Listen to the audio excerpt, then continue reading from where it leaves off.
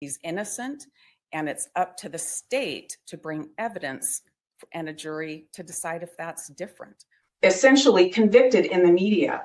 You don't have to read but a few articles to see how negative they are about him. He has a right to have this information withheld, brought out in public, so that people can see it's not this neat little package. So people can start to wonder if Brian's innocent. Your Honor, Brian is innocent. They call it the August effect. A quiet pull, a heart's compass, finding its gravitation. A promise whispered to the future.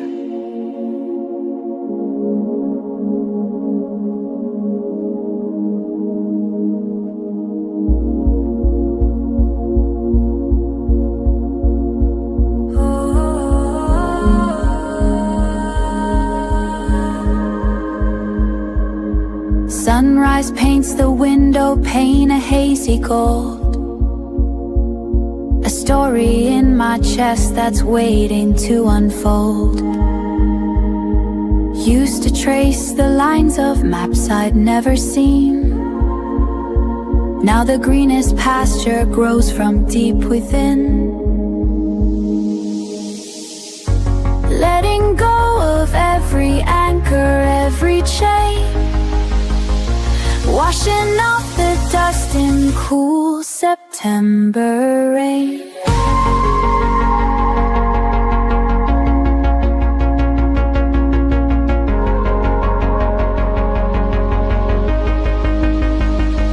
This is the freedom, wild and new, the future calling, breaking through. A heart's true north, the sky of blue.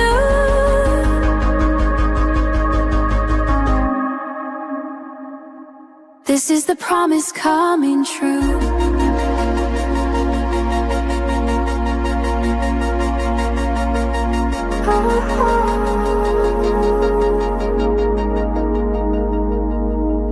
The road ahead is unwritten, vast and wide. No need to run, no reason left to hide. Every step a choice, every breath my own. On this open field of chances I have sown.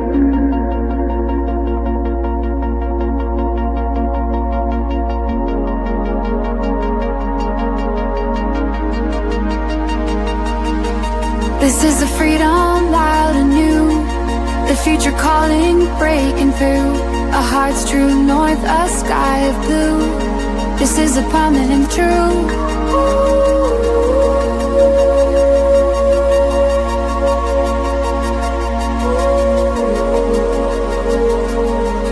The August effect, I understand it now.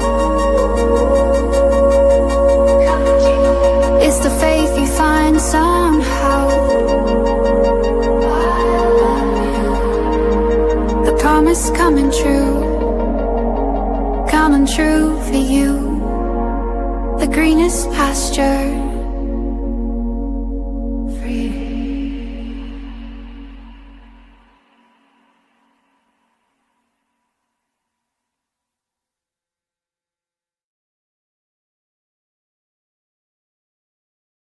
Welcome, all you nesters and non-nesters alike. If you are new to my stream, I'm Phoenix, your host at Phoenix Talks. And this community shows up for one reason, and that is to find the truth. And once we find the truth, boy, it spirals. I'm telling you, whatever was against me has been for me. And I will say, whatever is happening for Brian Kohberger is a blessing. Because I will tell you, when I set forth and put my mind to share this story almost 18 months ago, folks, can you believe that? Who knew where it was going to lead to? Every time we look at facts and evidence, we go down whatever road it takes us. That's the difference here at Phoenix Talks. So welcome in. I'm going to welcome everyone in. Caleb, that was a beautiful comment. Thank you. Welcome in early birds, nesters, to the evening broadcast of Phoenix Talks Live with your host, Phoenix. Thank you, and hit that thumbs up button. I appreciate that. Donna Rosa, welcome in. Sarah, welcome back. I'm telling you, every month is New Music Month. And yes, I write it all. Tammy, welcome back in. We love you too, and we have your back. That's what community does. Hello, Patty. Welcome back. Lola Garcia, welcome in. Dina, hello. I hope you are doing better. I hope it gets easier as the days go on, for sure. I love it. You guys welcome in each other. I absolutely love it. Hey, no talkie before coffee. Peony and Real Eyes Analyze. Hey, friend. We are going to be listening to the professor today. And it's very interesting in some of the things she says about Brian Koberger. And, you know, it's astonishing every single day. There's something always new. We don't always get to it right away, but we will. But a professor, now remind you, there was another professor alleged involved in this atrocity, but it was never confirmed. But here we have a professor. What in the world? Lulu Bell, welcome in. Yes, we do have the trendiest mod squad. Our mods are the best, and I've always said that from day one. Yes, yes, yes. Please, no Ray. Nope, not doing Ray, and we are skipping the G's. I'm telling you, speaking of the G's, they are furious. Woo! If you guys have not seen what Christy put out there and screen recorded Turvey, it feels like grade school, guys. She's on a rampage. She is video recording and making sure that everyone knows that she is so unhappy with what he is saying out there in the public streets of the internet. Yes, folks. Yes, she's just leaving it right there so all of us can watch it. She's saying, for all of you who don't know, this is Brett Turvey, a defense expert on the case. You know what? Let me just share it with you because not a lot of people can see this. And I will put it right up here on the screen. I saw this earlier and I thought, woo, I bet she is fuming today after going on 4 shows and trying to get the word out there that Brian is just the scum of the earth, in her opinion. And she says, a defense expert on the case that unethically violated his NDA with Ann Taylor. Was he paid? Did he violate his NDA? I'm sure no expert would violate an NDA, right? Suddenly he has something to say about our family. And if you're wondering what he said, he used the word grotesque to get out there and sell his daughter's story. Yeah, Brett Turvey said the word grotesque, which I think it was the perfect saying. I think it was. It was so good that I actually used it in the interview that we reviewed. So here is her thoughts. I want his evidence on his accusations about my family. And do you know what? People are actually leaving comments for her, leaving comments on this thread. It's wild. Okay. They were going to do a showdown in the courts to where I believe they probably would have had a not guilty verdict. And then what would the state do? Yeah. Let's see this. And obviously she threw up the one on Hannity where I'll just keep my opinions to myself. But that's what's going on over in the G camp. That's all I have to say about them today. We are going to look at the professionals, guys. Experts and professionals in this case. I'm not even going to entertain the non-entertainers like Brian Enton, in my opinion.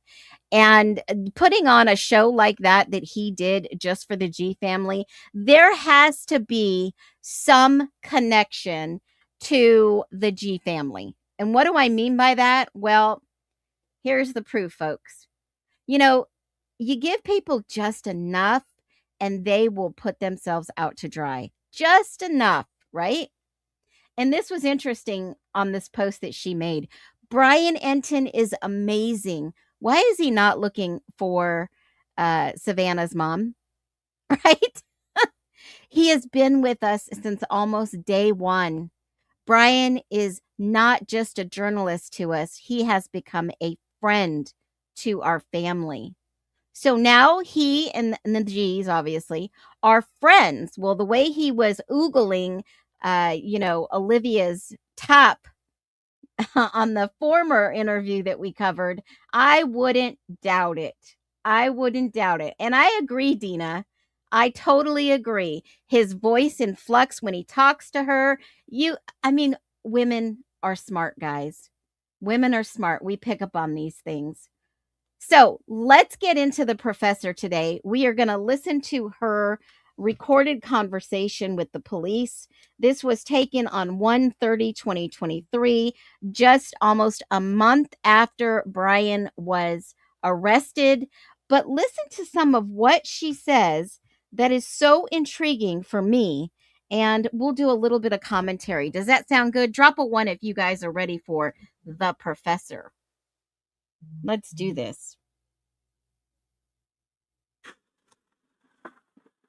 So as I said, I'm Detective Larry. I'm here with Detective Jake Schwecke.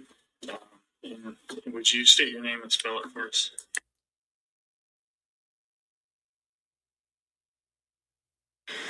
Okay, and what is your position here with the university? I'm an assistant professor in the department.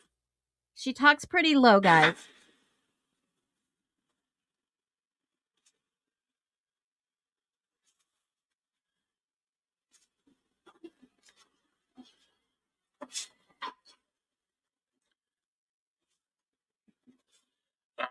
We had in our notes that you had requested to talk to an investigator.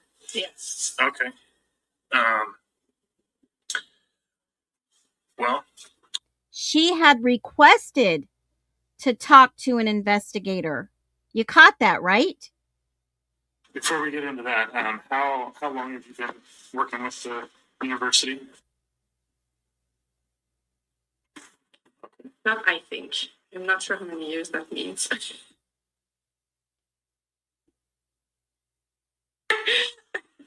Totally good. Redacted. Okay. Awesome. Have you been in this position the whole time? Yes. Okay. In this position, I've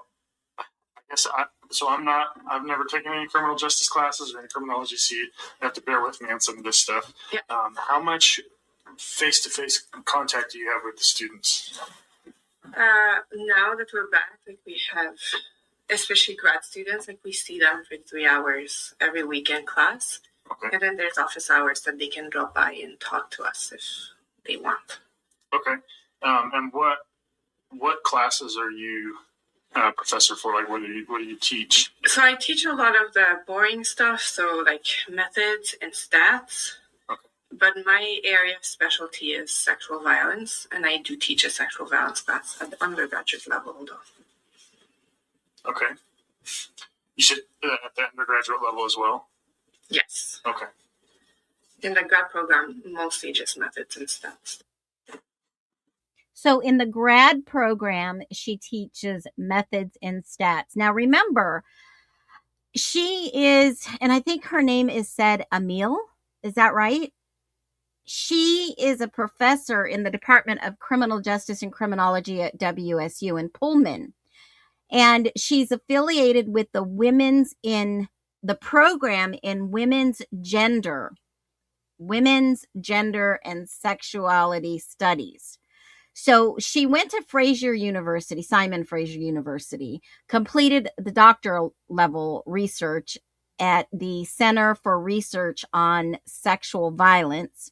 She holds a MSc in Justice Studies from San Jose University and also University of Sherbrooke. Where is that? Is that in, hold on a minute. That's something that I didn't look at. It's got to be Canada. I'm going to say Canada. And let me just double check because I want to verify. It is, yes, in Quebec. Is that right?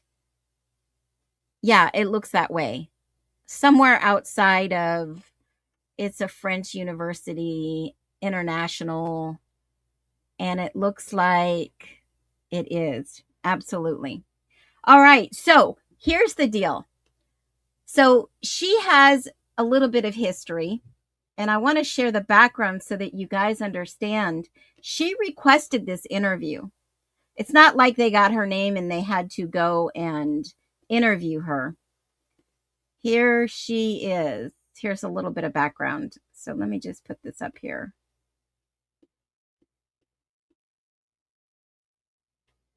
And let me see. Okay.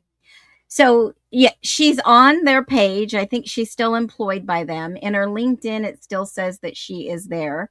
And there's obviously some history here. She's been there almost 12 years, and she still is the associate professor full time since 2023. So right after these events happened, she that following year was moved to an associate professor full time. Okay. So she has done law clerking in Montreal, teacher assistant in School of Criminology in Simon Fraser, done some lecture studies in San Jose University. That's where she got her master's. And in Quebec, she is actually a lawyer, guys, a lawyer. All right. So just a little background of her knowledge and what she brings to the table as a professor and a professional / expert.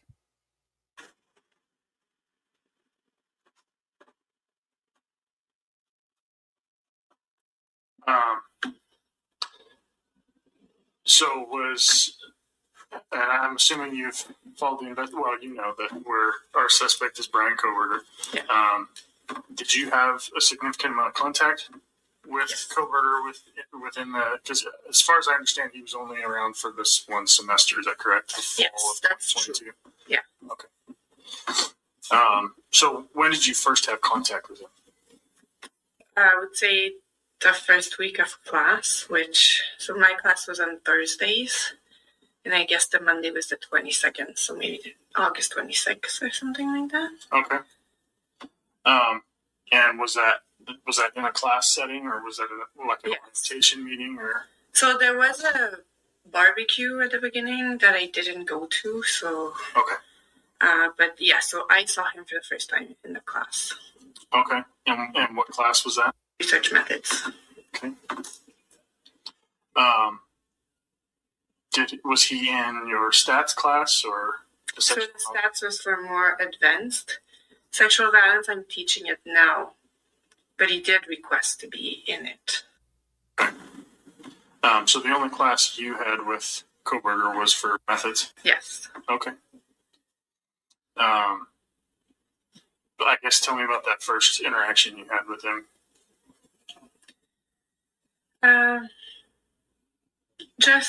It was the first day. I think everyone was a little bit stressed. Mm-hmm.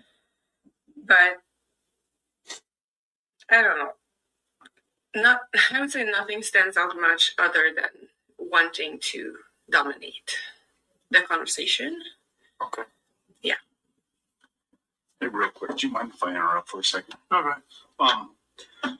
Just in thinking this, because we don't know why you wanted to talk to us, can we just start off with what she wanted to come in and talk to us about, and then we'll go back down our line of questioning. Absolutely. Why don't you tell us what you have for Finally, us? somebody with brains. Well, so my understanding, and I just want to clarify this, now that there's been a warrant served, I can talk about FERPA stuff now, right?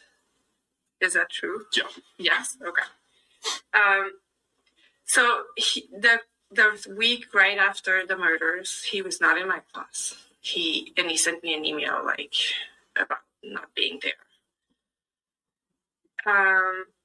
The paper he wrote for that class is about burglary. So I don't know if there is something in there. And I know it's part of the stuff that I'm preparing and turning over. And that includes the email Yes. sent to you? Yes. Okay. And that paper that he wrote will be part of that as well? Yeah, because it was FERPA protected, but now that there's a warrant for it. And again, I don't have all the details. There might be something in there that's helpful. I don't know. Okay. So I think that for me, that paper is relevant. the absence right after. And I also saw him, I was covering for another faculty for a Tuesday class right the week after the murder as well. And he was really, really late that Tuesday class. So. Okay.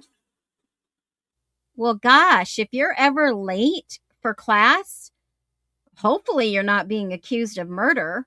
I mean, dude, what if he had eaten something bad and had the shits all night, right? Up all night, tired, overslept, or maybe he had some date, or maybe he had some work to do, or did she ever ask him, maybe we should work on your tardiness? Can you tell me why you're late? Is there anything I can do to help with the problem?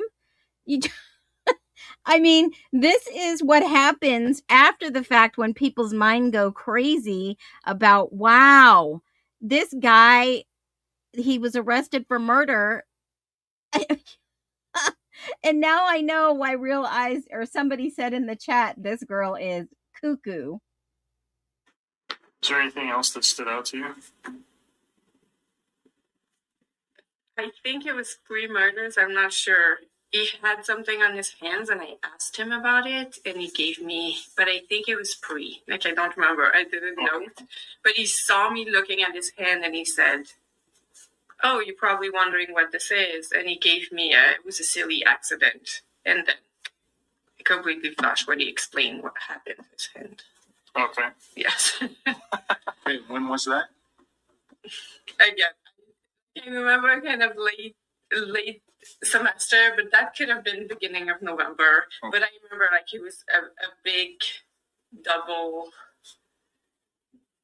the 2 middle, and he had big band-aids. And he said something, and I don't remember what he said, but it was something about it happened indoors. And I remember thinking that didn't happen indoors because it looked like, when you scrape on asphalt, like, and it was, anyways. But that's probably nothing. Right hand, left hand, you remember? Yes. So on right hand, and when you were saying the 2 middle fingers, which ones are you pointing at? These 2. Okay. Like the long. Okay, do me a favor. If you've heard this, because I have not heard this, drop a 1 if you've heard this interview already. Because somebody said, will you please bring me back? Yes. Wait, it gets crazier. Oh my God. So right next to your pinky, Yes. and then your middle index finger. And for 2 weeks he had band-aids. Okay. Okay. That's it. The other things is I can talk to you about how he was in classes, and Yeah, I mean, he didn't like very much strong females, if you want my opinion. okay. Yeah, I mean, what was his interaction like in the class? How did he interact? Well, Doug Wilson doesn't like strong females either. I mean, there's a lot of men out there that don't like strong females. Think about it for just 1 second. I can't believe that people still act like this in this day and age. What do they expect? If you are born and raised in a strong family where the male is the head of the household and the female knows her place, and I'm not saying it in a derogatory way, I'm just saying as the husband is the head of the family, and you've never known anything else, and then all of a sudden you're taken out of Pennsylvania and you go to Washington, to the melting pot of the sexual revolution, and dumped there, what do they expect? With other students, how did he interact with you? So it was he wanted to dominate the conversation. He would systematically be late to my class, like every week. Okay, So wait a at minute. 1 week he So systematically late, but yet you didn't say anything. wasn't, and I just looked at him and was like, "Hey, you're not late today," and he just did the awkward laughing type of thing. He cornered me after the very first week. He cornered me because I had not given him 100% on participation for that week in the hall, and many people heard that. He cornered her? So, but it was just, and I do think though that he learned that I was not reacting to this very well. And my feeling was by the end of class, like I would deliberately not call on him because he would always be like, and even thinking that he should be the professor and assigning who should talk instead of me doing that. So, but he kind of learned and was more like contained, I would say, by the end of class. Okay.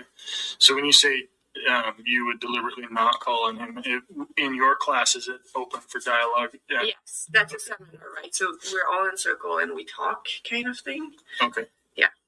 And you would just deliberately not Yes. call on him because why? What was the reason? Because first he always wanted to talk, but like go on these monologues and Okay. and then correct other, like I can do the correcting if there needs to be like things like this. Okay. So in that, is it more of like it's open for questions, or is it more for the students to state their opinions? Yeah. And would he, I guess, how would he present his opinions or his ideas? At first, I would say kind of more, this is it. And I would say in terms of research methods, which was a topic, right? There's place to argue a different way of collecting that same information. So, yes, but he knew better. And of course, this is secondhand, but one of my students, well, obviously I'm not American and I have an accent, but one of my students texted me that because I'm a foreigner, he knew better, and he was telling that to other students. So would it be fair to say that he would state his opinions as statements of fact rather than just his opinion of how things should be done? Yes. Okay. Did you ever notice any interactions between him and other students that would be unfavorable? Or either way? Either way. So,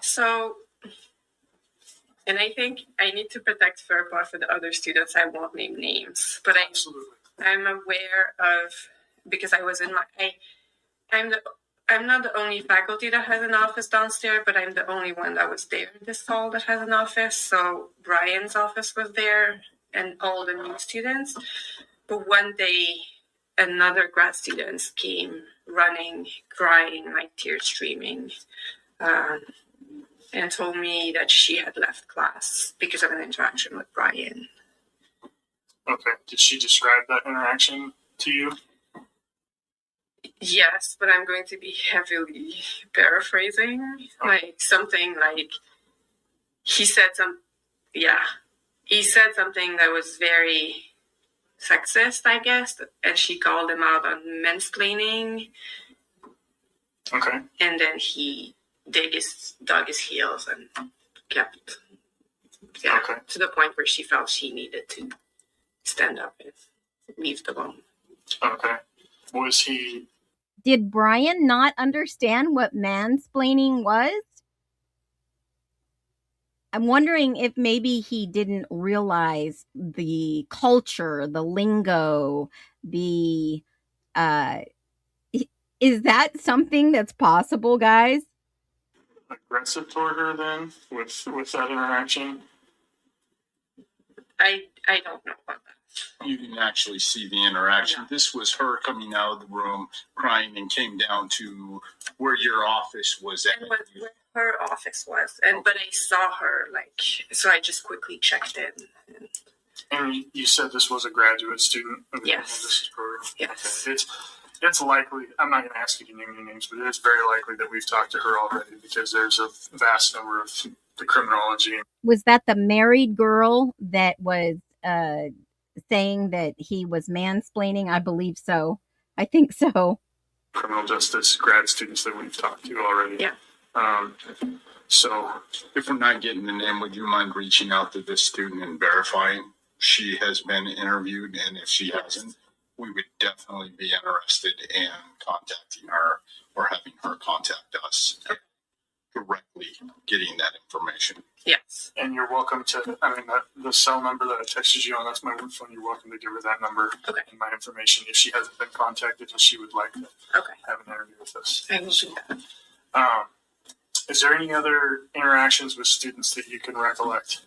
Positive or negative? That I guess, because I was the only one downstairs, I will say that I got a lot of stories. Okay. but you need me to have witnessed it, right? Not necessarily. Secondhand information is useful as well. So Okay. So we have. So I heard a lot of stories. Let me think through. So one of them, we have a student, and I'm not going to name them, but I think giving the characteristics might identify them. Yeah, they're going to have to go and verify this hearsay. But they're both. And it was, Brian told her to her face that he needed his partner to be physically perfect, and it would not be okay. Like things like this. I have lots of stories like this, but not a lot of them were said like in front of me. okay.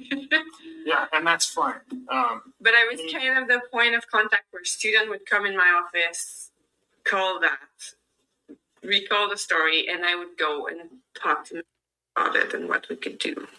Okay. Yeah, and like I said, anything that you can remember, even if it is secondhand, you just heard it. Okay. Yeah.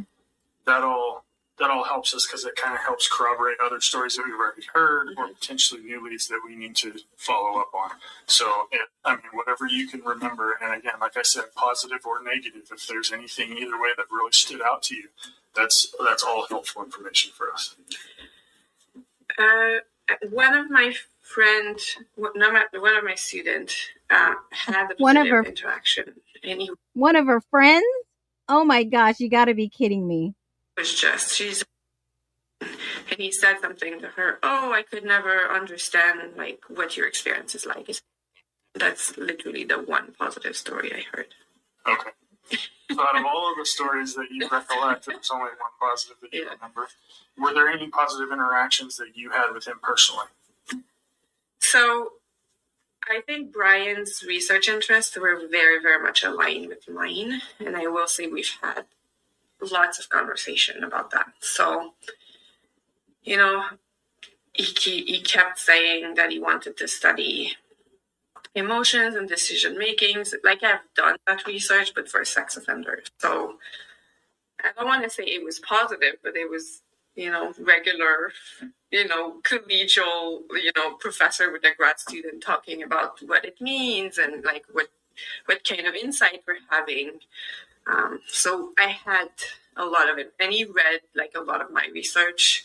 I know when he had to do a paper on another class about a faculty, he picked one of my papers. Like, my feeling is that he wanted to work with me, but he never formally asked. Okay.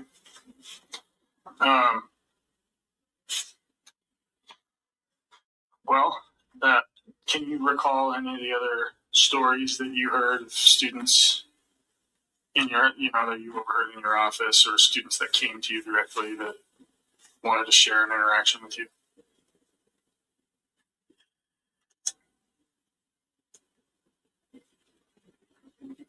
I'm trying to. So there was this. He said something homophobic. I classified it as homophobic. I don't remember what the story was. Okay. So she follows up and said he said something homophobic. And then she classifies it as homophobic. Oh my gosh.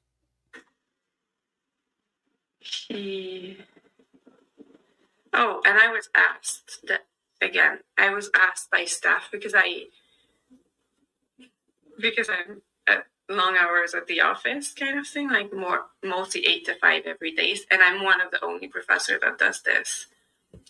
But I was asked to check in on the work study because Brian was like harassing her. So if maybe some nights I could help walk her out or something like that. Okay.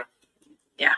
Oh, these ones I witnessed a couple of times. I don't know why I forgot about this, but the grad student office that's right in front of mine had some of the female grad students that he was interested to, I would think. And he would go in there and block the door. And every now and then I would hear, I really need to get out of here, by one of the students. And I would kind of step out of my office, go and like literally make my way so to let them, because one of the complaints was that he wouldn't let people leave. Like he would physically What? lock the door when they were having conversations. Okay. But they never told anyone until January of 2023. You mean, how long did this go on for?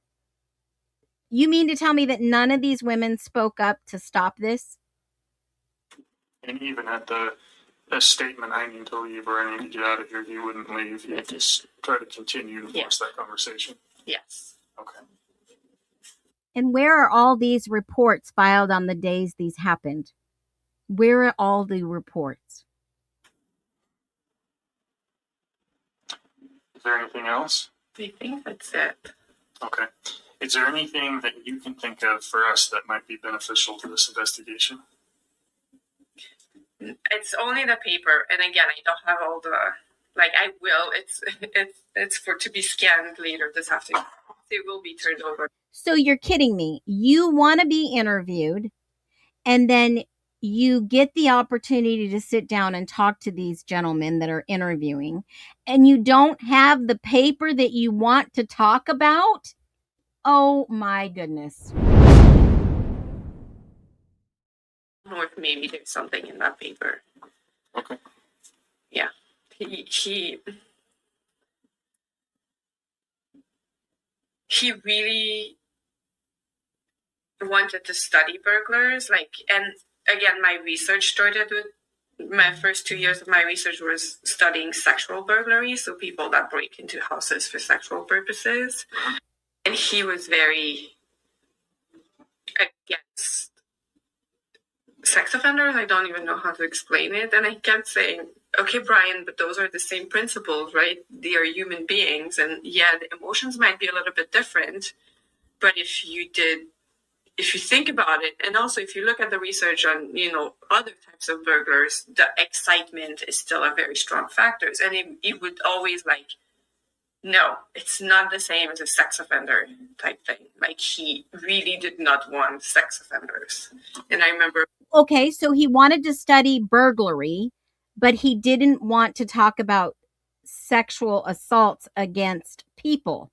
That makes sense. So was Brian Koberger maybe studying burglaries in the area? We'll do a deep dive on this. Let's finish listening to her interview. Okay, that's intense, like, as not a sex offender. Okay. And when you're saying he was against sex offenders, what do you mean by that?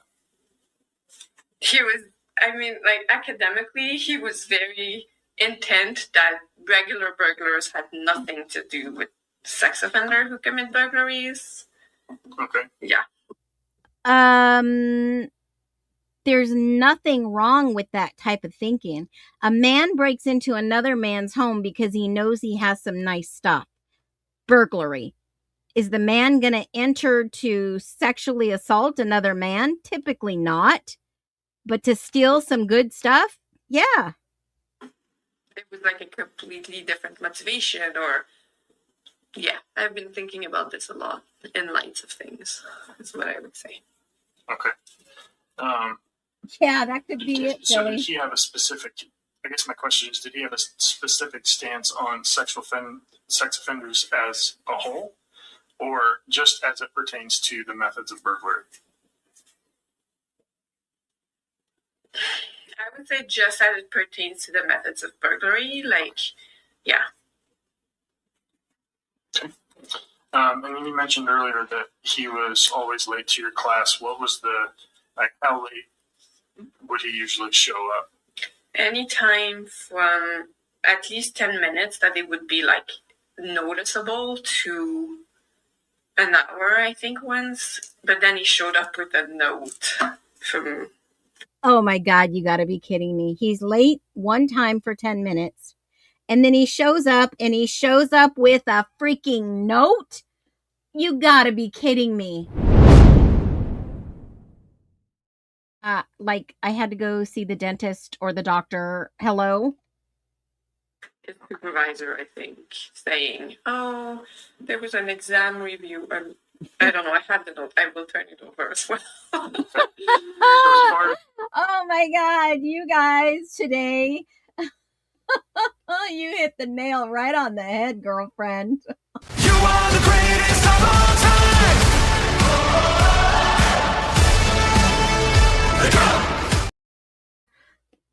Tammy, I am tossing you in that drawing, and Philly girl, you too, for this comment. You are the greatest of all time.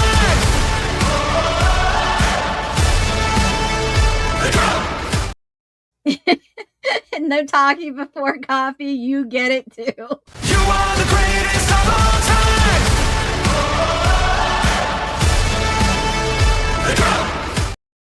Oh my God, I almost spit out my water.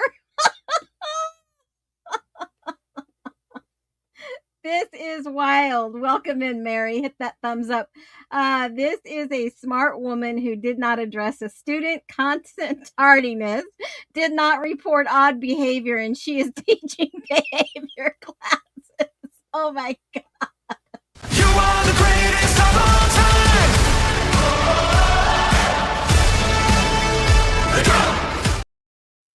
Oh my God, you guys are on freaking fire today. Hello, make this make sense. Mary, I'm so glad you did. That article came out 2 days ago, and 6 days prior, I actually wrote a statement on my wall. I am so proud of this article, you guys, because you know what? It backfired. You gotta love it. You guys are on freaking fire today. If you got the goat, you are in the drawing for the month.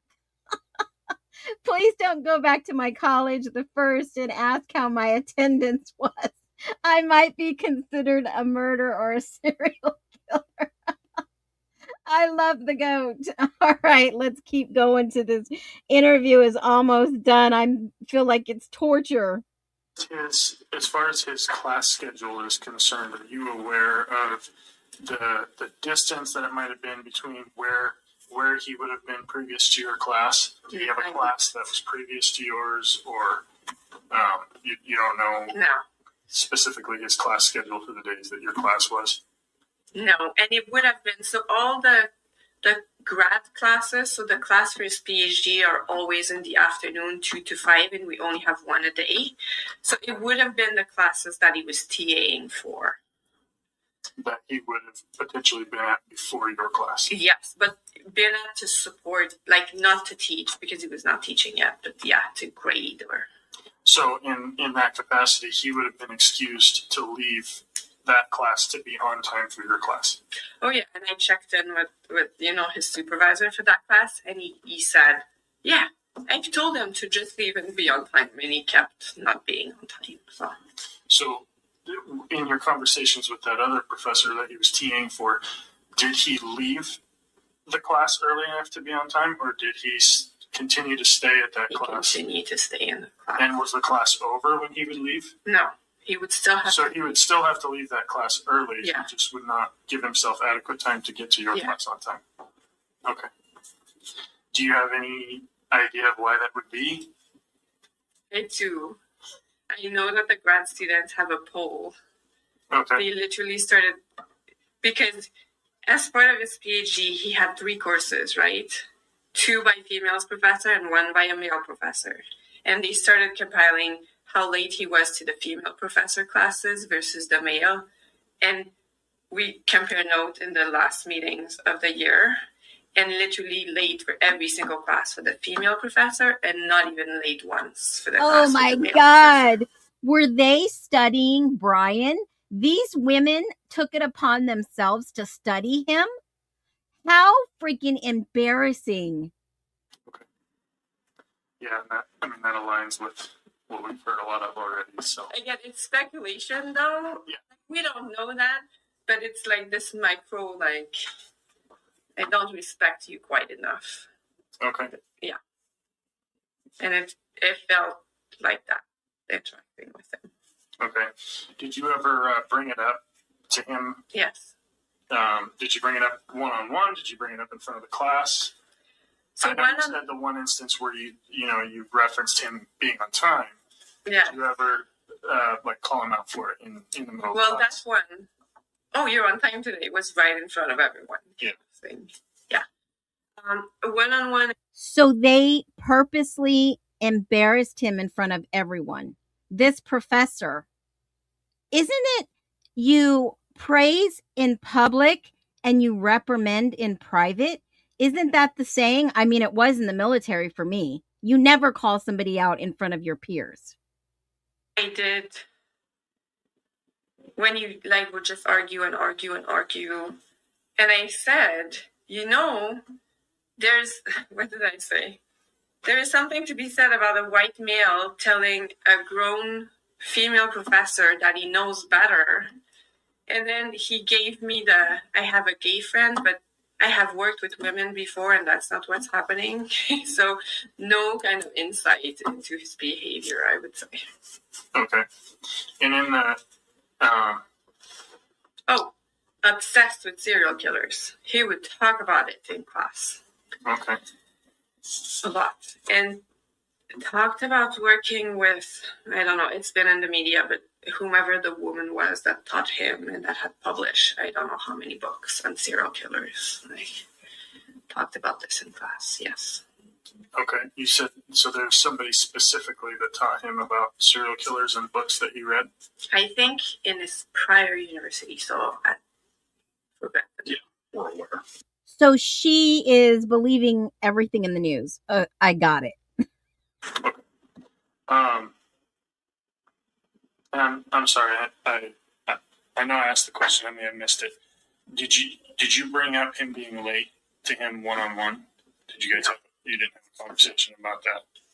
Okay. So you did, other than the comment about him being on time, you never confronted him about being late to your classes? No. Okay. No. He let it At some level, slide. I'm going to be honest, class was just easier when he was not in there. Okay.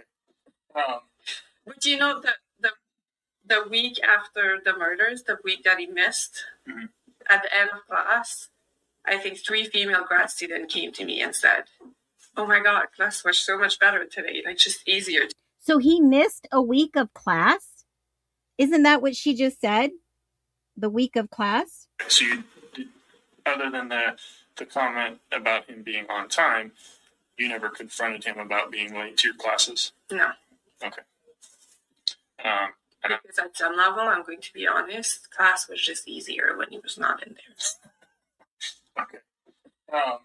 But you know, the week after the murders, the week that he missed, Mhm.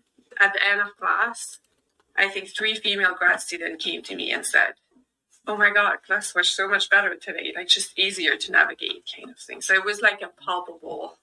Oh, and physically in the class, everyone, we would, circle around the table.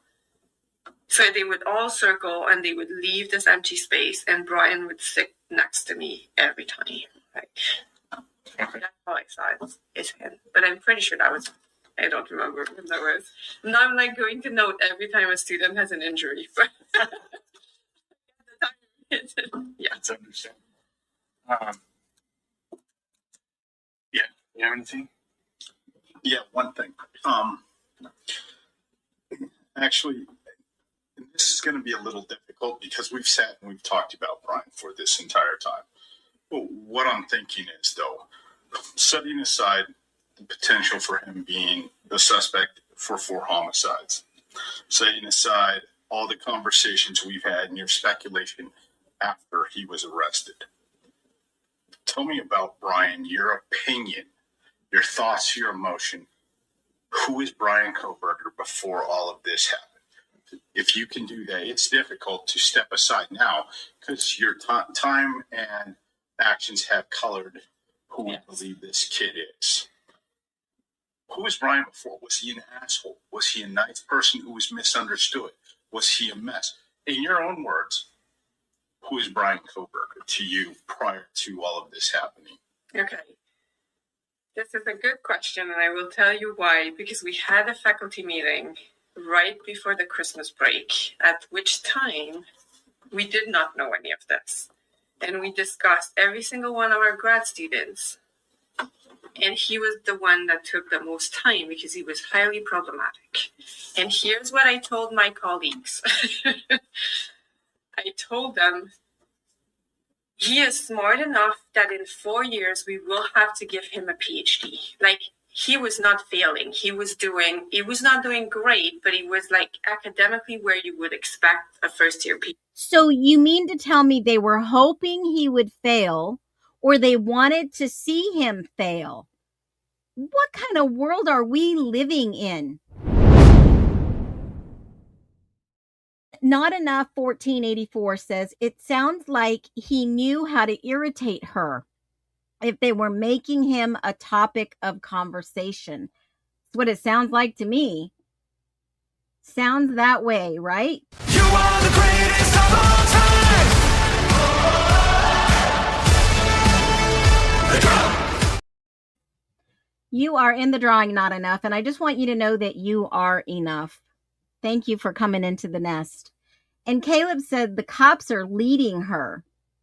Wow.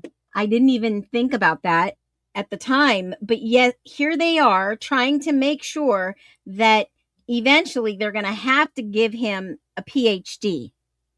But what can they do to circumvent him failing? That's what I hear. PhD student to be. But I said, mark my word, I work with predators. If we give him a PhD, that's the guy that in that many years. Okay, hold on, Miss Ma'am. Hold on 1 second. She says she's worked with predators. What predators, Miss Ma'am, have you worked with? I can't even believe they took this seriously. I told them, he is smart enough that in 4 years we will have to give him a PhD. Like, he was not failing. He was not doing great, but he was like academically where you would expect a first year PhD student to be. But I said, mark my word, I work with predators.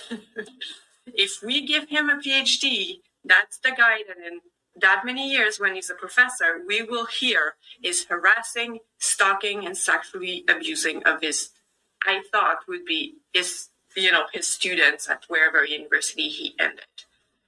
Because there was a performance issue in terms of TAing, a couple of us made the argument that was the time to cut his funding and get him out. Because otherwise he was smart. I think that's probably the closest I can say to what my appraisal was of him as a person before we knew any of this. Yeah. Oh my God, I'm about to go Phoenix on her.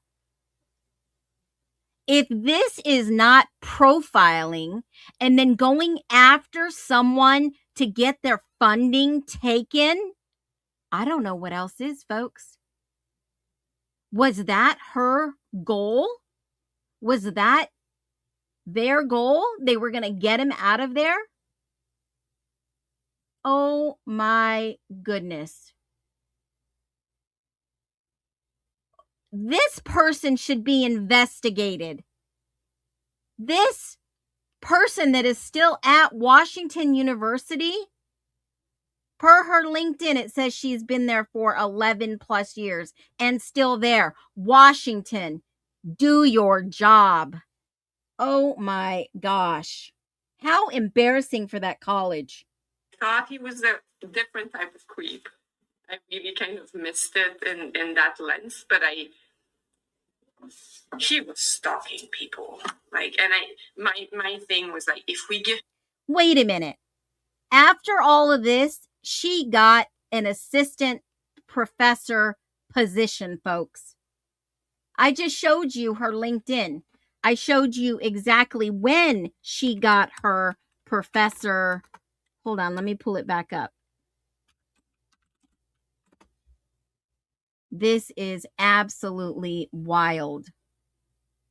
Jeez, I cannot believe this. Someone needs to write WSU. This is wrong. Let's finish this. I'll pull it back up. She got an associate professor in 2023, August. Him a PhD and he gets to be a professor. Can you imagine what being a student of him would look like? Professors hold a lot of power over their students because you're controlling their future, the future outcome of where they can and cannot go. Yeah. Some people abuse power. Some people treat it like it's supposed to be treated. Very interesting. Okay. I know that's not a lot long term.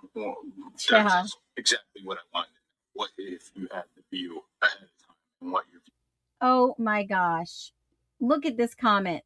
Fantastic, Nona Robin. You are the greatest of all time.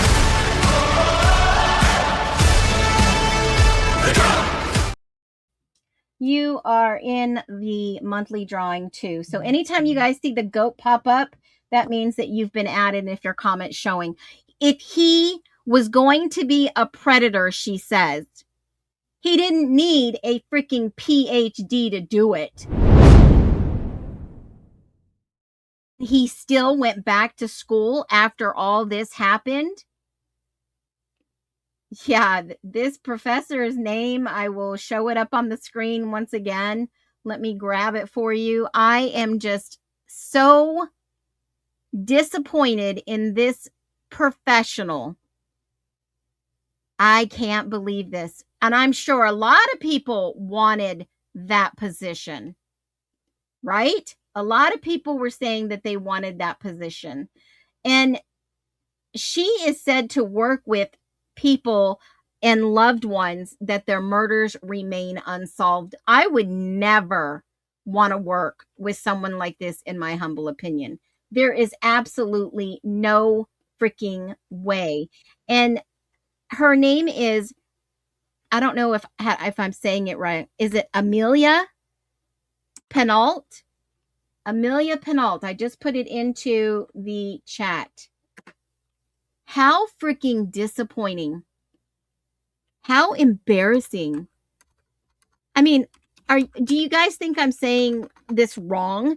Do you think I'm wrong to, talk this way about somebody after the fact that we have heard everything come out of her mouth? This is like somebody who was scorned. That's what I feel like this is. Someone who was scorned, overlooked for the position, that he would be her, what do you want to call it? A competitor or whatever in this field. This is her LinkedIn. She gained the associate professor job in August of 2023. She's been there 3 years and 1 month. She is still there. Before, it looked like she was the assistant professor, criminology and justice department, and it doesn't specify what else she did. I cannot believe this coming from someone in Canada that was a lawyer. Yeah. Wow. Just wild. Let's finish listening to her interview. This just blows my mind. He was separated out from this incident. Yeah. I mistakenly. And I did say in that meeting, because I was the logical choice for him to work with me because, again, of the closeness and research interest. And I said that I would not share his dissertation. And if that meant, and we talked about this as a backup solution for kicking him out. Because we were cutting his funding, right? And they were cutting his funding. Who is they? Men he would not be paid for it anymore, but he could pay out of pocket to stay. But then our backup was, if he cannot form a committee, as in no one will share your dissertation, which I would have been, we can kick him out this way as well. And I said to my colleagues, I will not share his dissertation. I work with predators. Oh my God. She calls him out. She profiles him. They call him predator. They get him to be, what is this? Were they doing the witch trials in Washington and Pullman? How many others did she get to rope into and vie for this position? Was it all about the money? It's like, I don't put my name next to them kind of thing. Actually, I made the joke about the predator thing, which in retrospective is not great. Hindsight's 2020. And when was this meeting that you had? December. This was your December staff meeting, though, when you guys were discussing your grad students. Yes, it was the last one. I can find the exact date. It's all of our faculty meeting are on Wednesdays. I can find the date if that would be useful. And during that, though, it sounds like incorrect. I sure hope that when this is close to the end, and I know that there is a lawsuit on the books in Washington that they have sealed. I had copies of it, and I'll go back and find my repository. I will find them. She was angry that he was getting, yes, the grant money. You could tell it in her voice. And Nona Ryan, absolutely. They had nothing documented that would just allow him to cut his funding. They didn't have anything. And I'm sure his family doesn't even know about this. These women went on a hunt to get his funding. No wonder he was under such stress. They had a bunch of women going after him. Oh my, is the WSU aware of this? Correct me if I'm wrong here, but it sounds like you guys were already looking at either. How could they support someone like this? We are getting a look Sorry. for the very first time Hold on a inside the minute. house That on was a King boo-boo. Road as crime scene photos are released. And that full security video from the house. Oh my gosh, I cannot believe this. I hit the wrong button. Circle, and they would leave this empty space, Hold on. and Brian would sit next to it. Yeah, we're aware. Okay. I'm sorry. I know I asked the question. I may have missed it. Did you bring up him being late to him one-on-one? Oh, I went too far Did you back. guys- Hold on, guys. To be a professor. Can you imagine what being a student of him would look like? Professors hold a lot of power over their students because you're controlling their future, their outcome. Yeah, she is an assistant professor. His future was in her hands. Where they can and cannot go. Yeah. Some people abuse power. Some people treat it like it's supposed to be treated. Very interesting. I think this is a classic case of power abuse, in my humble opinion. I don't know about you guys, but I think she overstepped the boundaries here. Interesting. Okay. I know that's not a lot long term. That's exactly what I wanted to know. What if you had the view ahead of time and what your view was separated out from this incident? So I mistakenly, and I did say in that meeting, because I was the logical choice for him to work with me because, again, of the closeness and research interest. And I said that I would not chair his dissertation. And if that meant, and we talked about this as a backup solution for kicking him out, because we were cutting his funding, right? And what that meant were he would not be paid for it anymore, but he could pay out of pocket to stay. But then our backup was, if he cannot form a committee, as in no one will share your dissertation, which I would have been, we can kick him out this way as well. And I said to my colleagues, I will not share his dissertation.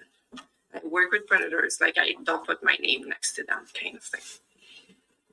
And actually, I made the joke about the predator thing, which in retrospective is not great. Now I kind of have an idea that, remember, her boss is John Schneider, who was the 30-year Whitman County prosecutor working with the WSU and the Pullman government lab for criminology. Now I kind of get the idea of who gave Washington PD Pullman the name. Alleged, but now it's starting to make sense. There's a connection, folks. And when was this meeting that you had? December. This was your December staff meeting, though, when you guys were discussing your grad students. Yes, it was the last one. I can find the exact date. It's all of our faculty meeting are on Wednesdays. I can find the date if that would be useful. And during that, though, it sounds like, and correct me if I'm wrong here, but it sounds like you guys were already looking at either trying to remove him from the program or get him to move on to another school, or? Okay, the room was more divided than that. Okay. So a core of us really felt strongly that we needed to just, again, act now. Not everyone was so like, that's rash to be cutting someone's funding after just 4 months. Some people thought the stalking behavior was not quite enough. They wanted more. So another colleague say, oh, but poor Brian, he seems to have a self-esteem issue, which really pissed me off because so what? Like, maybe it's called autism, a disability, and not a attitude. Are these women that inept to understand? Do they not have to take some type of class in special disabilities? You think they're so educated. okay, you have self-esteem issue. That's on you to fix. But yeah. How common is that to be discussing pulling funds? This girl has a nasty attitude, and you know what? That's her problem to fix. Maybe WSU doesn't need to support women like that. Funding for. That has never happened before. Okay, so this was unique. Yeah. You've been there, what? But that has never occurred during your time here at the school. I have seen someone else get their their funding pulled, but that's literally because they stopped showing up to class. So, like, and it was much later. Like, it was not 4 months in. So It's never been an active discussion to pull someone's funding or talk about if they cannot get their committee for their dissertation, they'll have to do something else. Yeah. Okay. Oh, and again, a very random detail. The night before, because we had a potluck for Christmas, and I was late picking up my gift, so I was to save. Wait, she was late? It's okay for her to... Oh, wait, I'm not going to go there and be that petty, guys. Oh, my gosh. We late the night before that party, and I saw Brian there in the parking lot, and he was so lost in thought that I had to wave at him for literally 2 minutes, and then I was like, okay, I don't think it's him. And at some point he saw me and just like, and the next day he came and apologized, but he was very, very much deep in thought. He was like, was that you? Like, did they? Yeah, probably like, how do I get away from these witches? After, and I was like, yes, that was me. And it got to the point of awkwardness because I was like, okay, I think I have the wrong guy. Did she have it out for him? Drop a 1. I think she had it out for him, guys.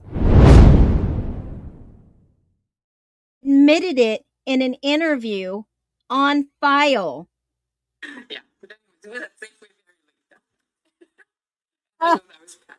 And she's the one that initiated this. Okay. Solid.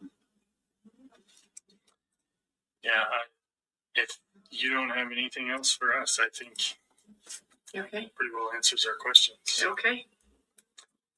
Wow. She initiated this conversation. She didn't even have his document ready for them to take with them. I label this woman as a alleged... What a mess. I'm the funniest clown, I must confess. Whoopsie! You get the Clown Award of the Year. Oh my gosh. I agree, Dina. He intimidated her intellectually. He may have had nothing else going for him other than his intelligence. And everyone knew it. Everyone knew it. He was from the East Coast. He's the outsider. That was the most disgusting interview. And I agree. She is disgusting. What was Brian the only autistic person in all of Washington and Idaho? It was a witch hunt. Yeah, let me give her 2. Oh, giggle, giggle, what a mess. I'm the funniest clown, I must confess. Whoopsie! Wow. Wow. 2 clowns and a plus. Wow. Why did she wave to him? That was awkward. Maybe she felt she had an obligation. Maybe he knew what they were trying to do. Maybe he caught on to what they were doing. You know, people with autism will catch on to what's going on eventually. And then you better watch out because it is hell to pay, like a lawsuit. Yeah, I would have gave her one finger wave. Tammy, you are on fire, girl. You are the greatest of all time.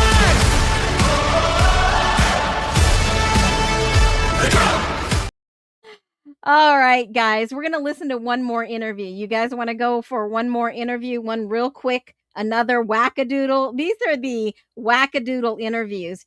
And I have just changed this officially because I put the professor, the plan. That was their plan.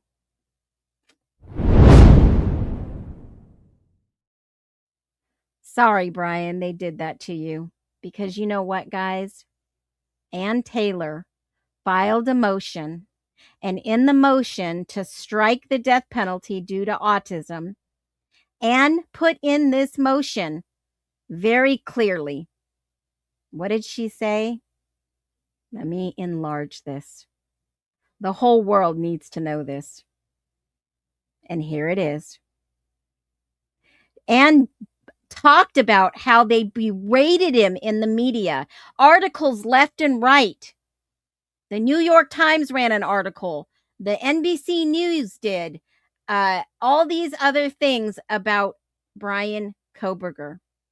And the New York Times ran an article alleging that Mr. Kohberger made female students at Washington State feel uncomfortable. Although an investigation by the university cleared Mr. Kohberger of any wrongdoing.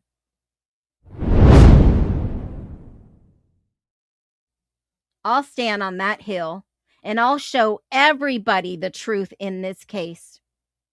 And described how he lost his job as a teaching assistant due to his failure to meet the norms of professional behavior in his interactions with the faculty. Well, you just heard the assistant professor there. You just heard where she was coming from. What a travesty. What a travesty. And these allegations can be easily explained by Mr. Kohberger's ASD right here in plain English. Did they think that these allegations weren't going to come back and backlash against them? Because I guarantee you, Kohberger files a lawsuit against WSU, who's going to get the big boot? Miss Old Little Clown. I swear. People deserve karma. It's no surprise that Mr. Kohberger came across socially awkward or that he struggled to adapt to professional norms. These impairments are hallmarks of his disability. Page 25. And they go on to say, all of these hits from the media, millions of views, and they still continue to this day. Sick. Just sick. Now, let's do this. Let's listen to Nothing Found, No Wrongdoing. Nope. And that's because, remember, the John Schneider was even investigated. They went in and questioned him at the ISP level. And then they went back and they had somebody sit in with the FBI. And then they went back, I believe, for a third time with Department of Homeland Security. Read the documents, folks. We've gone over these. They're out there. It is common knowledge. I just have to baffle at what they've done. Let's listen to this next wackadoodle for you. I have not listened to this interview. I saved it for a live reaction. I've heard people talk about this interview. And if you want to hang around, we can go ahead and debunk some of this too. I heard it is really good since it's Clown and Wackadoodle Day. Let's do it. Are you all up for it? I am. Here we go. This is the interview with the quality in, I believe it is the manager. And yeah, this wasn't his first school. He had no problems with his earlier school. Okay? No problems whatsoever with his earlier school. And I just have to say, when you listen to these interviews, what you're getting is a live reaction.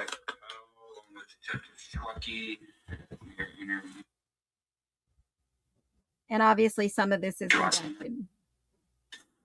Concerning the Moscow homicides, it's 12:56 p.m. on, this today's the 6th? Yes. Oh, sorry, January 5th, 2023. Okay, Mark. Were you the one that called in the tip? Yes, I actually called in 2 tips. Okay. So the first one was just stating that he had. So not only does this woman call in 1 tip, she calls in 2 tips. Oh my gosh. These interviews are a diet plan. Give me a bucket. I'm going to throw up. At the hotel, and I was going to try and see if we could go back to camera footage, etc. So this is everything from the hotel. I've attached my GM's information. There's some stuff that we do remember from him being there. Okay. So he checked in. We did update address, to Pennsylvania address. Let me slow down here. Just had some weird changes in the system. Phone number change, address change. Yeah, sorry. Well, let's just step back real quick. What position do you hold at the I'm the assistant GM. Assistant GM? Yes. Okay. And how long have you worked there for? Approximately 8 months. I did work there part-time as housekeeper for about 6 months before that.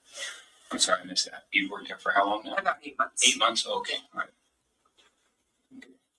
In this position as the assistant GM. Yeah, and then I was just a part-time housekeeper as a second job for approximately 6 months. Okay. Okay. Do you remember the date when you first had contact or first?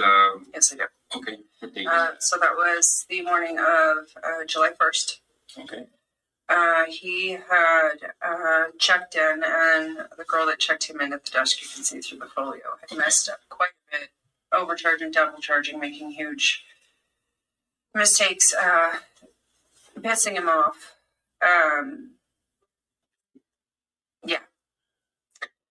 So my first encounter with him was just trying to calm him down that next morning, over all the charges and, verifying everything has been corrected. We do apologize. We did get into further conversation. If you'd like me to just. Yeah. I mean, how was his demeanor when you first had contact? Initially, very creepy. Very, very creepy. Almost numb, dead. No emotion. After everything got situated and fixed with the reservations that the issues, he then went into very, very nice. I actually compared him to Jim Jones. Just what? Yeah. We then went into conversation over a girl he went to school. I asked him what he was in town for. Just completely trying to change. That's what we're trained to do. If we have a pissed off guest, we'll bring Shane to Pullman, etc. He then said that he was at the Pullman WSU, criminal program. I have a front desk girl there. It's actually like family to me. So we started talking about and her, she's going to be graduating. We talked about Madison. He had asked me to leave a set of key cards for a Madison. What? Or you can just put Maddie. My niece is Madison. So we got into a conversation about, my niece goes by Maddie. She never did come pick up the key cards. They were still there the next morning I got there. So I went through my night audit and my GM. The three of us do remember those. Okay. A Madison? Wait a minute. Collecting 9. Like, as in Madison Mogan? Is that a possibility? Madison. Left key cards for Madison.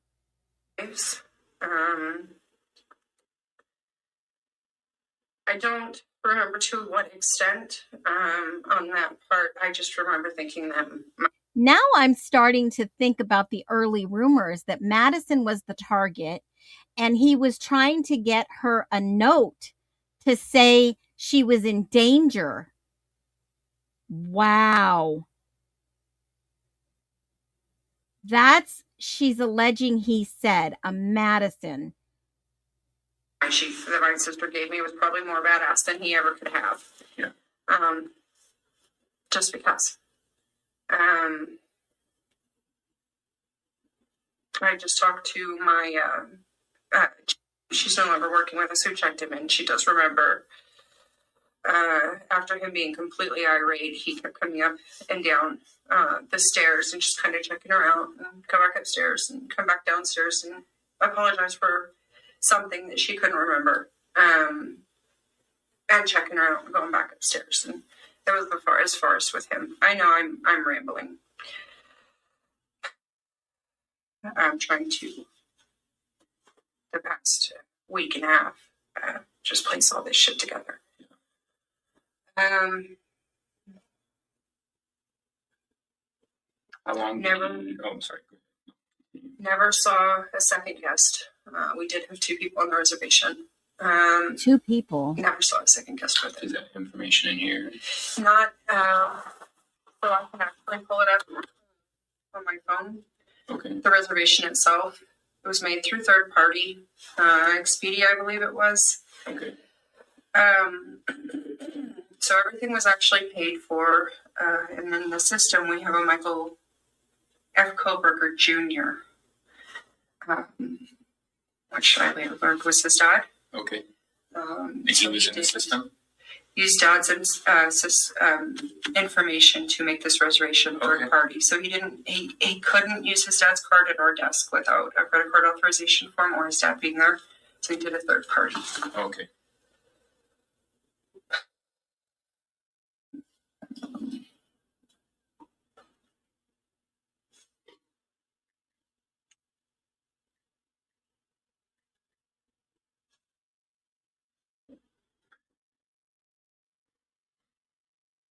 I have initials, but I don't have a name. I'll look for a picture.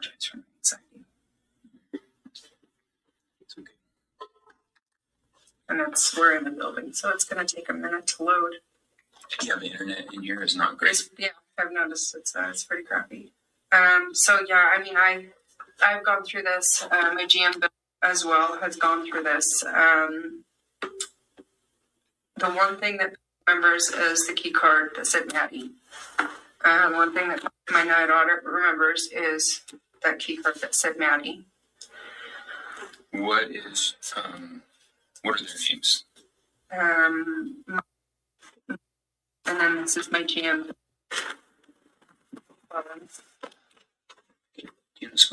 Was it? MC. I do not. That's fine. And he was my night audit. Okay. So the keys were actually handed to him, leaving my shift. We just kind of, hey, these were left here. Go ahead and give him. Guess that it was okay. She can enter the room. He was only there one night. He was there one night. And he had somebody that was going to meet him there named Maddie. Now, when you're talking about keys, are you talking about the cards, or is it a physical key itself, just like No, a just car room. key or a room card key? Key cards. Okay, just verifying, sorry. And was that, so did he, when he first checked in? No, this was later. This was later. This was afterwards. God, I wish I could get back to my cameras. If you guys have a way to go back, that'd be great. We go back 2 months on our cameras. So no, it was later. It was after check-in, and it was by my shift Okay. that he had asked to leave the key cards there. So we're talking hours. Right. Okay. But it was like the same day he checked in. Afterwards. I want to say it was the next morning. While we were having our whole conversation Because some things got screwed up. And so that's with the check-in. Yeah, Okay. I mean, if you look at quite a few errors that had to be corrected, she changed his rate, and it became a whole thing with yeah, she actually. Yeah. So yeah, he already paid, and then she charged him again, and then changed his rate to a contractor's rate, and it just messed and messed and messed. Okay. I see. Those were his signatures that he had used. Did you provide like vehicle information? Yeah. So this is all we ever ask for is make auto color. Okay. I was advised by another night auditor, the gas station directly across the street from our hotel happens to be one of the biggest liquor stores in town. They hold their cameras for a year. Okay. Okay. And that's right there. And you guys are off of Bishop, right? Yeah. Okay. Right. So when after he kind of calmed down, what did your guys' conversation entail then? It was literally, so, what brought you into town? He stated that he lived there. Okay. Which I was kind of like, okay, Pennsylvania, whatever, why'd you have me change address? I'm not going to argue with this guy anymore. I'm done. Yeah. Change it. Yeah. We started talking about him for probably about 15 minutes in the program up there, and she's graduating. And Mm-hmm. do they know each other? He's not sure. Yeah. Conversation got turned to sheaths, collecting knives. Again, I kind of really draw a blank there, and I go into my leather purple sheath. Like, What? and I'm really racking my brain. Did he even pull one out? I don't know. Yeah. We go into, actually, he was heading out of the building. He did turn around and come back. So that was when he stated to leave the keys. I don't remember him ever checking out. I know the keys were there. Don't ever remember printing him a receipt. No nice day. Okay. None of that. The last that I saw him was leaving of those keys. Okay. So as far as you know, nobody else had any contact with him. Nobody Checked nobody, out. nobody remembers. Nobody remembers. No. So he did check out.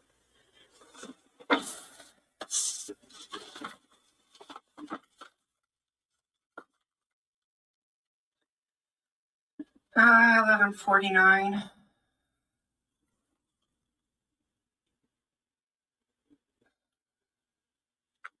(11:49) stated that I checked him out, and I can't recall if it was. He doesn't check out, but then she tells him the time he checked out. What? Because I knocked on the door. It was because I knocked on the door. Okay. All right. So housekeepers were having an issue whether this guy was going to check out or not. Knocking on doors. I went up there, knocked on the door, and he was standing there with luggage in the hand, door ajar. I'm leaving now. Right there. Yeah. Like he was waiting. So that was actually when So he didn't know how to check out? Had he ever stayed at a hotel before? This is weird. was the last person to see him leave. Okay. So she says he didn't check out, and then she looks and sees the time, 11:59, and he's standing. I guess 11 is the checkout. Did he have a late checkout? This is odd. Oh, checkout's at noon. So at 11:59, he was standing there with his luggage in his hand, ready to check out at the door of his hotel room. I mean, I don't mean to laugh, but if he's never stayed at a hotel and his family is not with him, how would he know how to check out? Okay? Think about this. If you've never stayed at a hotel in your entire life and they had a problem with them checking in and they had a problem checking out, that would tell you this person probably has never stayed in a hotel on their own before. Think about it. He was probably pretty sheltered, guys. Do you guys normally go up there?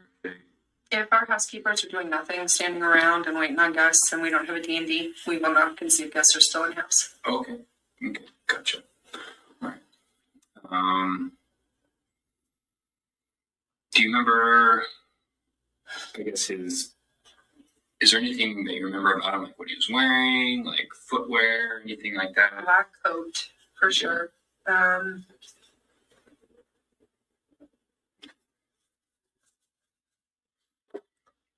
He was well dressed. I remember he had a black coat on. He had a long black coat on. He was well dressed. This was in July, and he had a black coat on? Yeah. Okay. Yeah. Yeah, that was actually topic, and that was topic. Okay. Anything else that might have caught your attention? We've been doing this for a week and a half. 2 weeks.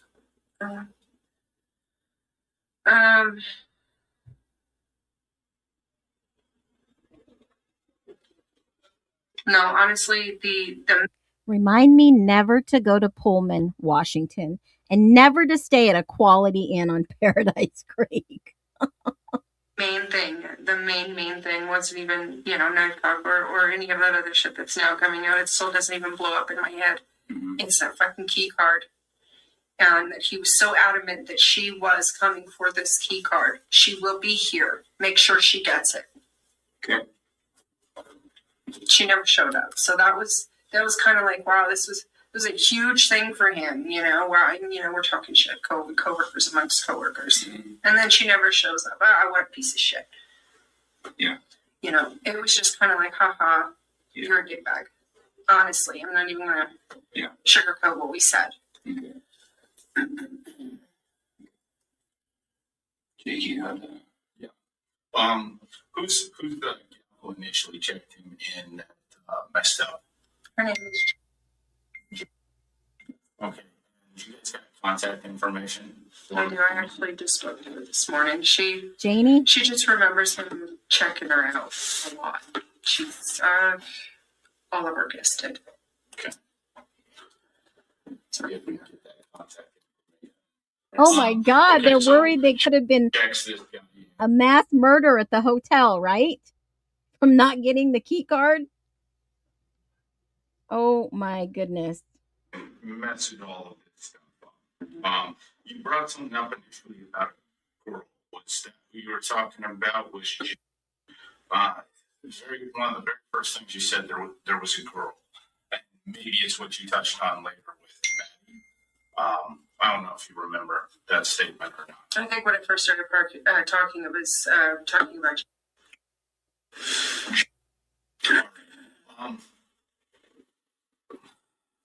How many days did he stay at his? Jeez. 1 or 2 nights. It will be on that. looks like he checked out the first. So he checked in the 31st one night. That goes in one night. He booked it on the 30th. His total charge. If I could get in, I want to say it was actually booked on the 14th or the 15th. Okay, so he booked it ahead of time, planning this trip before he arrived. He didn't just show up. No. And he walked. Yeah, no. Okay. Yeah, it was a third party reservation, booked, I don't remember the exact date, but it was booked, a week. Oh, Nona, that's good. But did his dad show up? I bet it said Michael, not Maddie. Or so ahead of time. Okay. I wish I could get my system here. And he booked it for 2 people? Yes, 2 people were on the reservation. Okay. But no one saw a second person with this individual at the time. The only other person he ever mentioned was Madison. And he preferred Maddie. Okay, and who exactly is he? There's another front desk. She actually did just graduate that same program. Which program was that? The criminology program at WSU. Okay. And how did he come up into the conversation? When I asked him what brought him in town, that he was up there at that criminology program, and I, that's just me kind of diverting. Oh, we have a girl, she's graduating, and just trying. This guy's already being a dickbag. He's being rude. At cause of our front desk and overcharging, it is my duty to put a smile on your face before you walk out my door. Fair. So you bring up into this. Okay. Yeah. You guys were both going in the same program. Do you know her? Yes, I did. That type He of doesn't stuff. recall. And Yeah. Doesn't recall. Yeah. But he's there for the same program you're bringing up. In that discussion, then you moved on from talking about that he's attending. Was there anything else that sticks to mind outside the sheet and other stuff that comes to mind about that discussion? Anything else sticking to mind? Overcharging.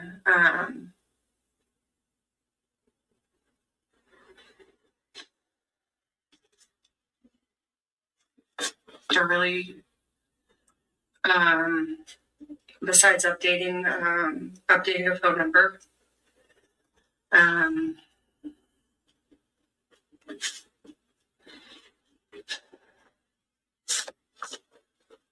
our Wi-Fi was down.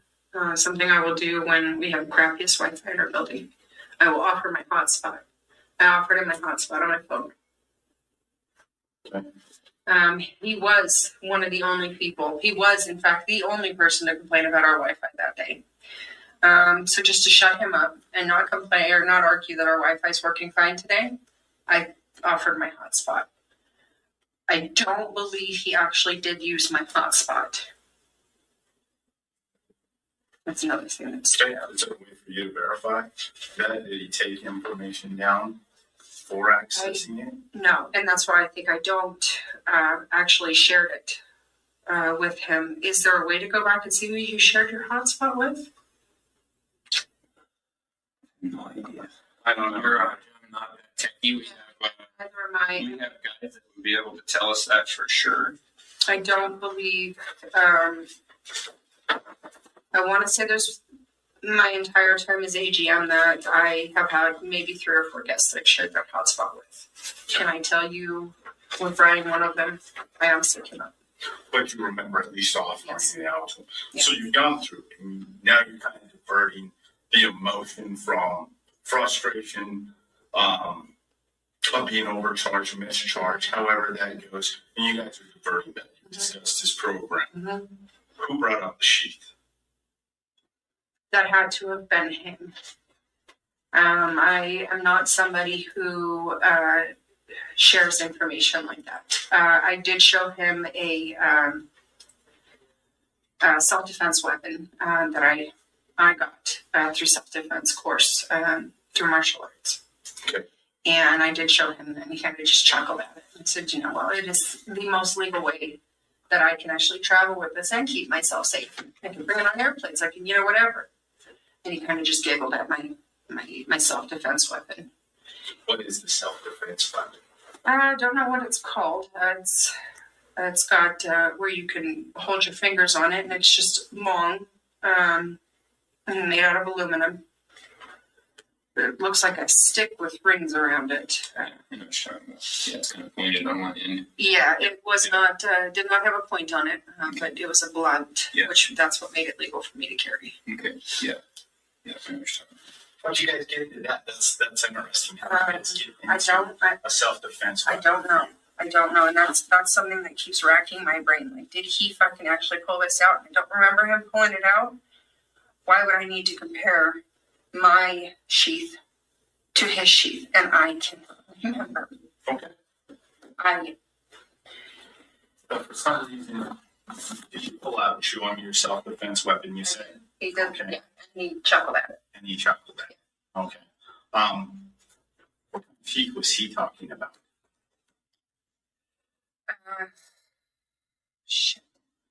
Sheath, knives, collecting knives. I shared with him the fact that I was actually, arrested when I was younger, for having I brought a knife to school to show it. We got into that conversation. He said that's never good. You never want to do that. That was part of the conversation. So Brian was worried about her safety. Okay. He never wanted to do what? Bring a knife to school. Bring him back to school. Okay. Did he say that, or is that just what you intimated from how he said it? How he said it. You never want to do that. Yeah, right. Yeah, school was showing it off to friends. I had been collecting weapons my entire life. I then told him about me losing most of my knife collection. What did he say about that? He seemed disappointed in me. He seemed disappointed. I'm racking my brain trying to figure out how his came up. How the whole knife, how everything came up.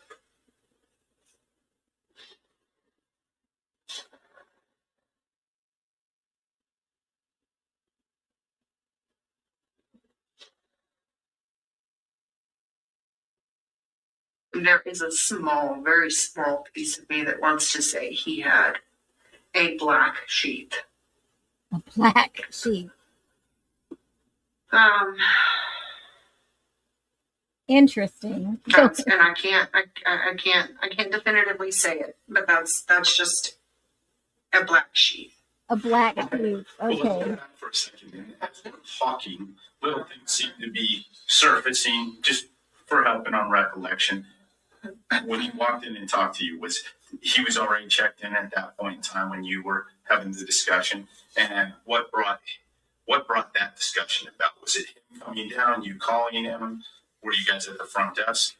He came at the front desk. He came to the front desk. Okay. Did he ask to speak to a manager or? He did not.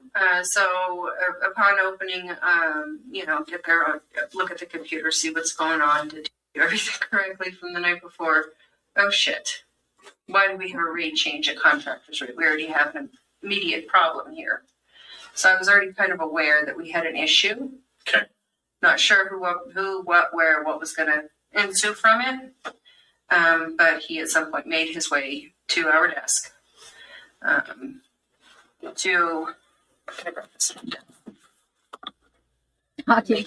These discrepancies. And then we went over these.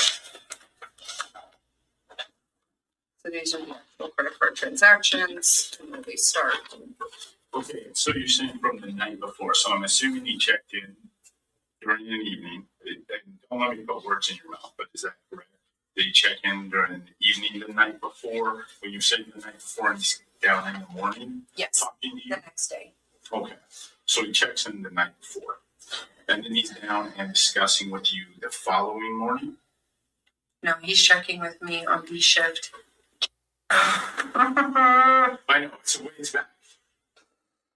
Yeah, and this is all during my training as well. So there's a lot that was taking place during that time.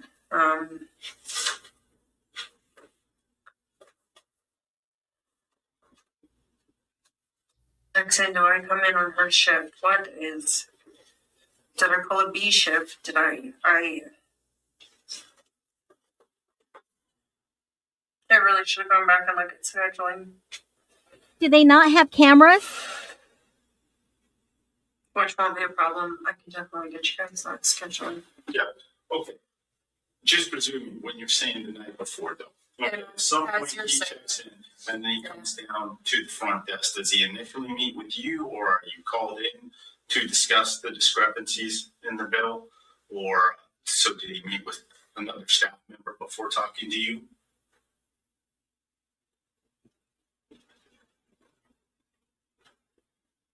I'm trying to remember if it was the night that he checked in. Or I dealt with it the next morning.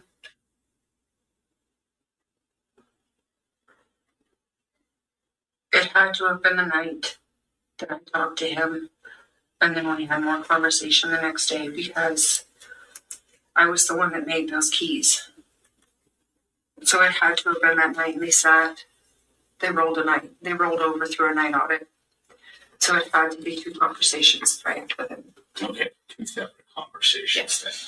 So one night he checks in, there's some discrepancies on his. Do you guys issue out of it at the time of check-in? No, we don't issue him anything. We can't even print him a receipt because of third party. So all he can get from us is a 0 balance. So there was nothing I can even offer him at the moment, except for ensuring that money has been returned back to card until checkout, which checkout he never got a receipt. I don't think he ever got a receipt. But as he's coming in, he's like, hey, here's who I am. I'm arriving for my reservation. Mm-hmm. I'm so-and-so. Is there any paperwork you guys fill out with him? So that's that fully. If that is that registration, that's check. Okay. That is that right there. And that was done with. I was not.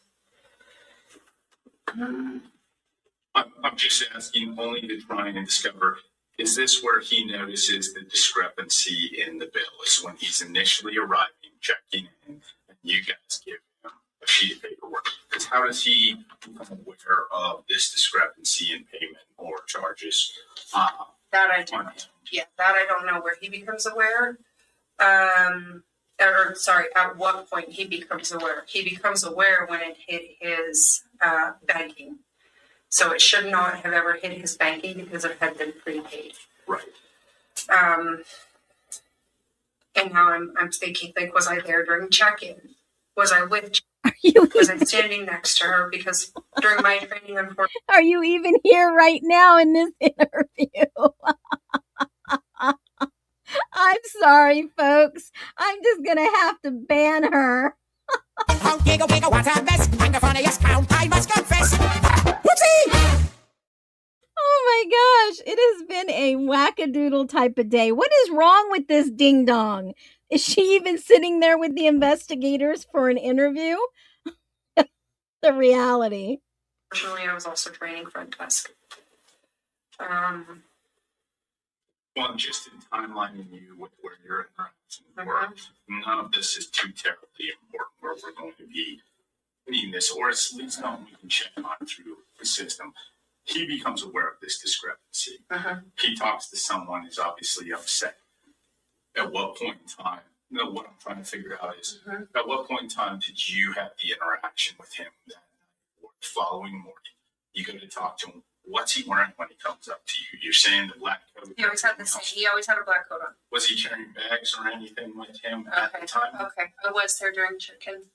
He had a hard suitcase with him. Okay. He had a hard gray roll-away suitcase with him. Phenomenal. See, it's some of the little things. So he shows up. He's got this hard gray suitcase. And he rolls it into the side. Yeah. He walks up. He's got the suitcase with him. He's having this discussion with you.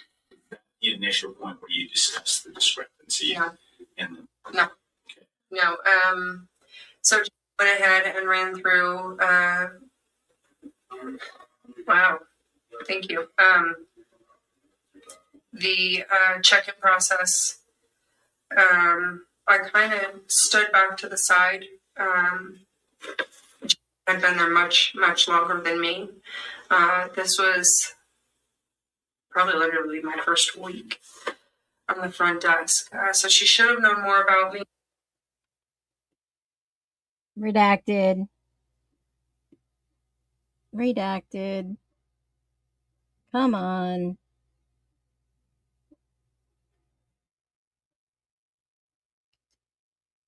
Yeah, mirror. Why are they redacting all this? Come on. I did not want to step forward, not knowing what the hell was going on. This was definitely a situation that was left for my GM to help me as a training session figure out how to fix this. So I do remember the actual package. Okay. So you're there checking this guy in. Got this hard case there. Did you have a discussion with him at that point in time?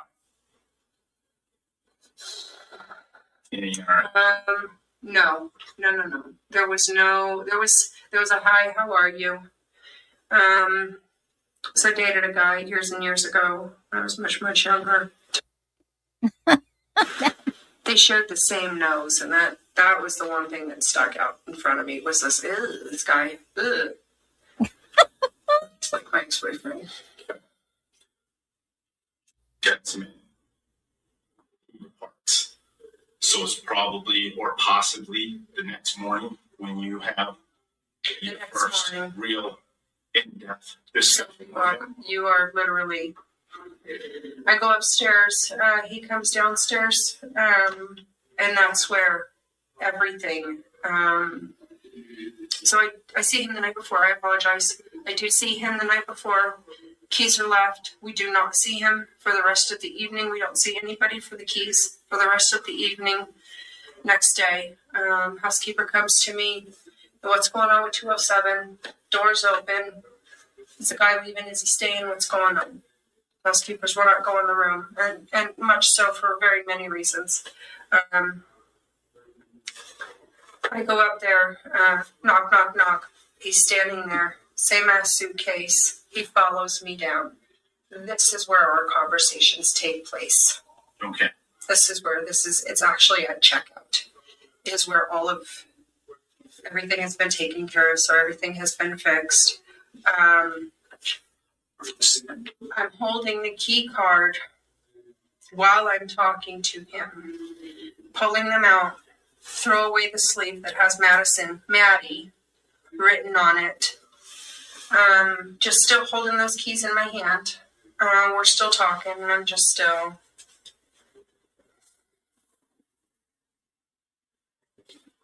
Through my head is going, you stupid, slimy piece of shit. What's the matter? The girl didn't fucking show up for you. What? My opinion of him was crap. My fake smiles were hardly forced, very, very forced. I apologize. No, take your time to relax. We're here to listen and learn a little bit from you.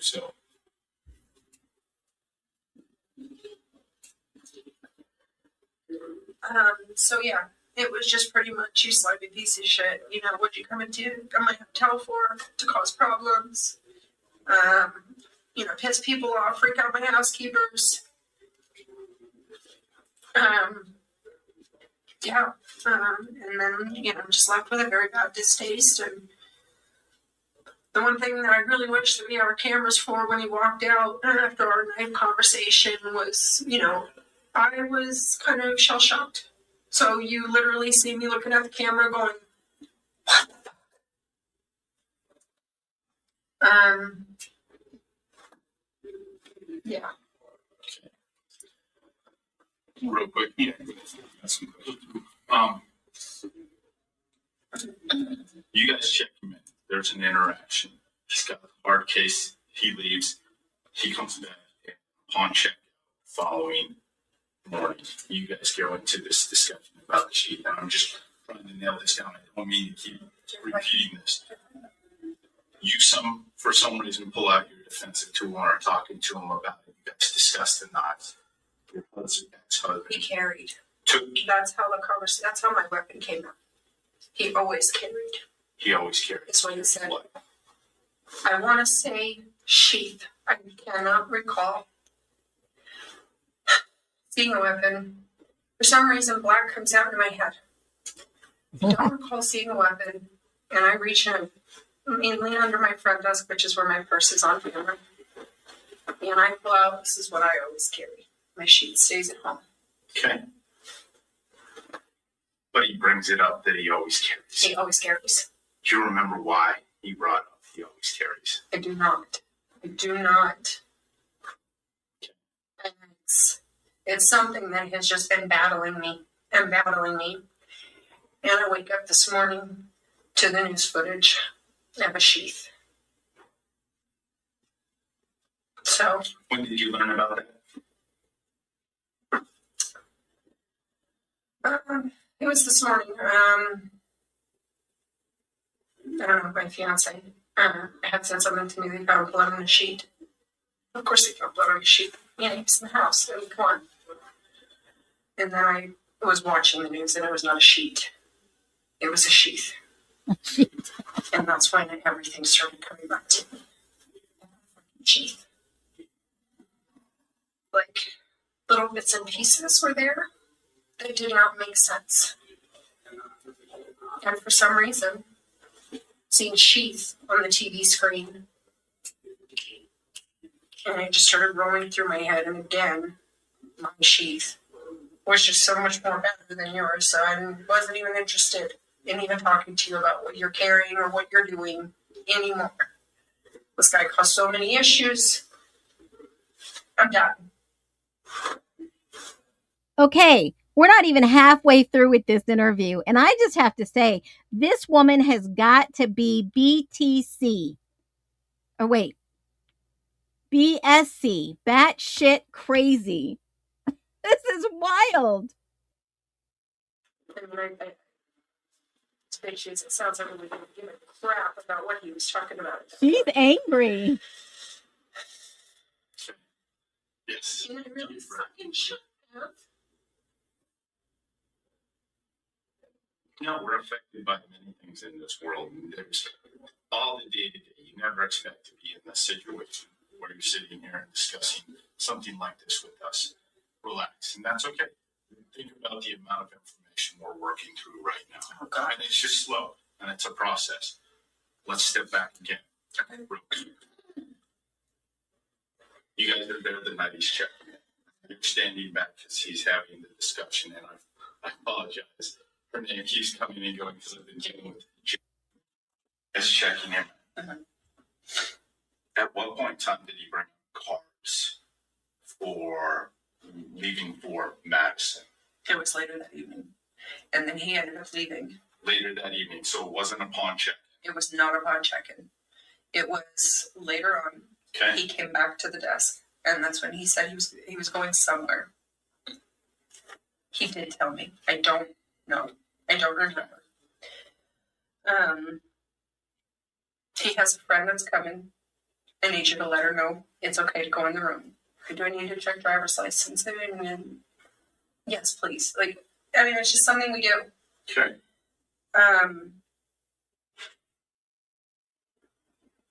Okay, what would you like me to put on the key cards?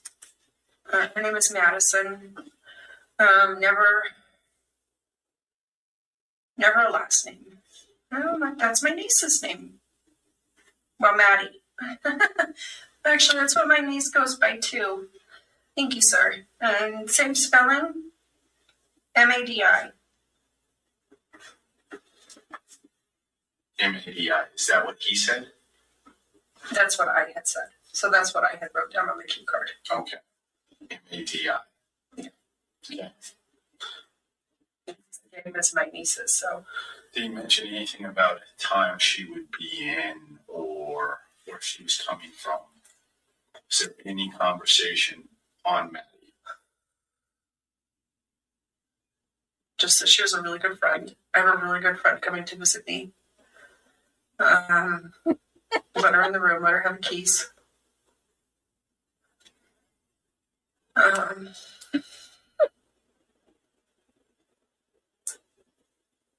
Was she coming from somewhere? No, there was no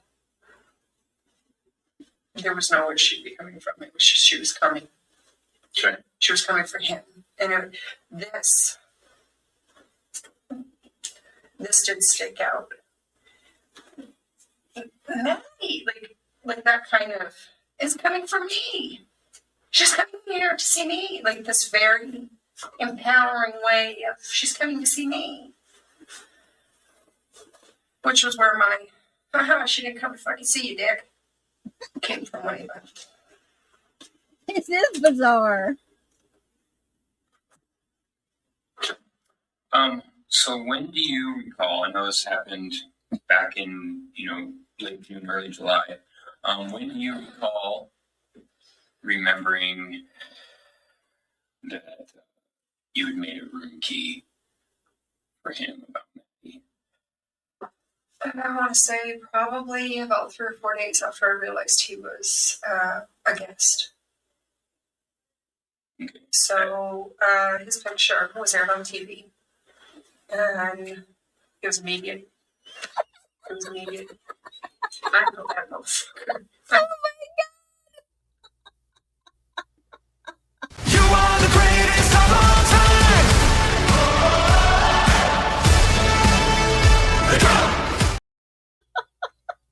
Lulu Bell. Oh my. Y'all, let's play nice. Let's just listen to what she's got to say. If we get that nose. So you're saying 3 or 4 days after he became a guest, you remembered, I'm confused. you said guest. You said 3 or 4 days after he became. 4 days after his photo was. After his photo was released. Oh, okay. So I'm going through a process. Yeah, no, you're fine. I was just trying to make sure I understood. So 3 or 4 days after his photo had been released as a possible suspect, That's when I was, what's going on? What information can I remember? Is there anything that stuck out? And both. Okay. That was the biggest major piece. And then you guys aired this morning about the sheath and my whole conversation about my sister gave me this bomb ass sheath with a leather case, purple leather case, and Okay. All right. So when talked about skinning animals. What? He is avid an animal. He has skinned many animals. okay, What? he brought that up Yes. himself. That's what he used his sheets for. Okay. So when he, after you went up to the room to ask to see if he was going to be checking out at the appropriate time, he came down to check out. Is that when So he was immediate with me. Is that when he started talking about the discrepancies in his bill? So yeah, we had conversations over the night before over his bill, and then the next morning was just, okay, we are going to get everything fixed. Everything's going to be put back on your card. And that is a process that I have to go through with at that time, my GM, to see what was ran on dollars on the net, how many times this card was ran, what do we need to put back, what everything that needs to be fixed. I'm still in training on this. Okay. So even though I've got him in the state of mind of everything's been put back, it's literally still, I need your help. We have a 3 to 5 leeway to release. So I can clear the guest right there. And then if I do have an issue, I will call my boss immediately. Yes, I've cleared the guest. Guest is checked out. I need you to help me with this right now. So that was that instance of getting everything fixed. So the charges were first brought up the day he checked in, then being overcharged, and then the next day you guys were able to fix that. Absolutely. Okay, so he checks in under MasterCard, which should not have been charged because we had third-party charging. But you guys always ask for a card when you check in anyways, right? In case there's any other additional charges. We just incidental card. That's what I was looking for.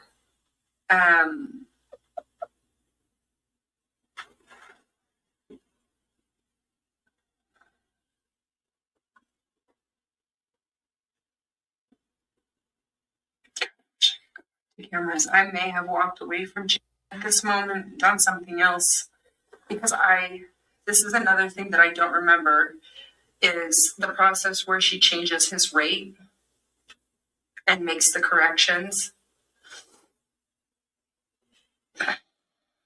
He walked away to make popcorn.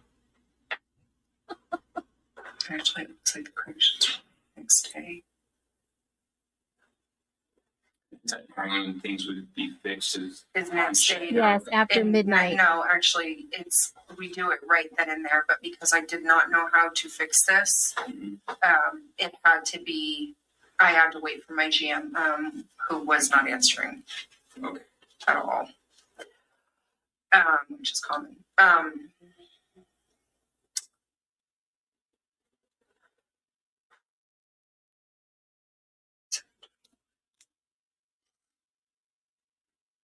Okay, so the corrections the next day, the way that these are done, I can tell you right now, these were done by my GM.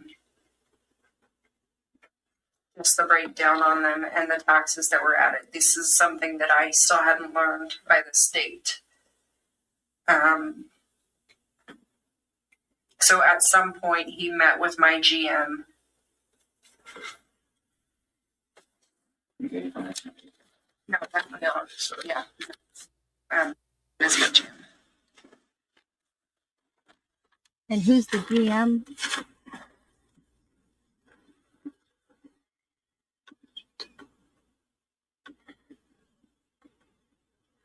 I'm sorry, 5245 is. what's that? 5245 military time? No, that would be.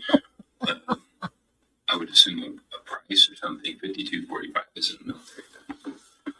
Oh, I'm seeing this here. Okay, I'm seeing this here. Transaction time. Okay, so the reservation was made at 6:13. Sorry. Delivery time was completed. It took 52 minutes and 45 seconds to make the reservation. Sorry. And then this.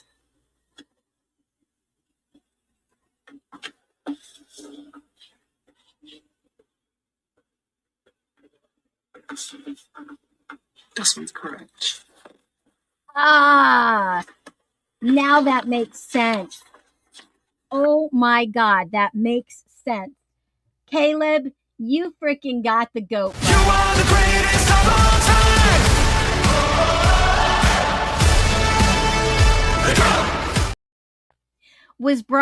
Did Brian make a complaint against her? Is that why she's mad? But y'all, I can't make this shit up. Caleb, you said this just a little while ago. Now it makes total sense. Read this headline. Read this headline. This interview just came out, and read this headline that came out last night. New evidence suggests Madison Mogen was Brian Kohberger's main target. I can't make this stuff up, folks. Here we go. Let's finish this interview.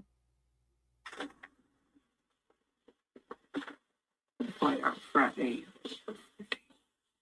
Okay, so before I was not around when I met with him in the morning. Just by going through this, these are corrections already made in the morning. Sorry. They have to make something up, folks. They have to. Kaylee Gonzalez's mother wrestles to forgive Demon yesterday, 14 hours ago, as he seeks to undo the guilty plea. And now the target is Madison. Think about this. And all the people who are supporting him, all the love-sick female supporters, now they have to bring forward some crazy narrative that Maddie was the target and not Kaylee because of this interview that came out. Think of what they're doing. Planting the new narrative. Switching sides. So these are his corrections, his fixes to the Michael F. Kohberger Jr.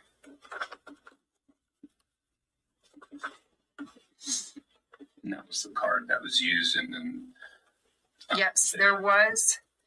So when he presented driver's license, obviously it says Brian. Mm-hmm. So this is the name that he had me change it to.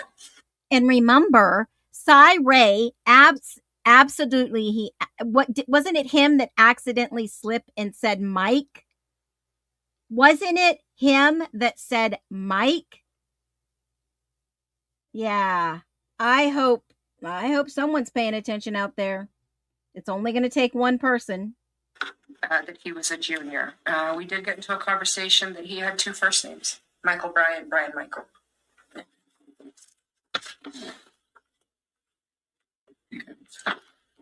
All right. So do you think then met with him to make those changes, or was that coming in and correcting it? Normally, this is just going in his back office and correcting it really quick, unless the guests wanted to. He does not remember, and my GM is an elephant, seriously. He does not remember seeing this guy at our front desk for check-in or check-out purposes. He remembers him, seeing his face. That's it. And he remembers the key card on the counter. Which, because of his elephant memory, would be amazing right now.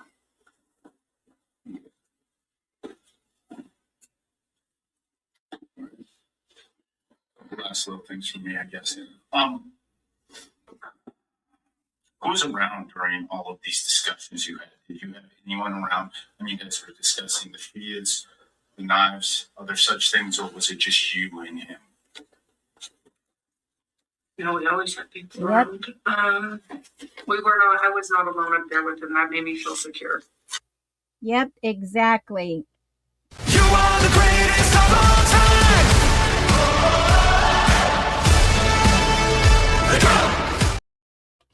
Absolutely, Philly girl. They have to put this narrative out there and put a big, pretty bow on it. I hope it is. That is going to be the new narrative. That will be their new narrative, and they're going to say it was Maddie, even though Dr. Brent Turvey has stated in his expert opinions clearly the target was Kaylee. Christy just claimed Dylan could ID him. She couldn't ID him. She didn't even talk about his eyebrows until the 30th when he was arrested. Guys, I pointed that out a long time ago. Changing things in real time. Hey, I'm telling you, I'm showing you right as we're going through this together. This is no joke. Spot it, clear it, remove the problem. This is what is happening right in front of our eyes. This interview is almost over, thank God. But now we see the planning stages of this interview that miraculously pops up on someone who never has been following this case, brand new to YouTube, and was inserted.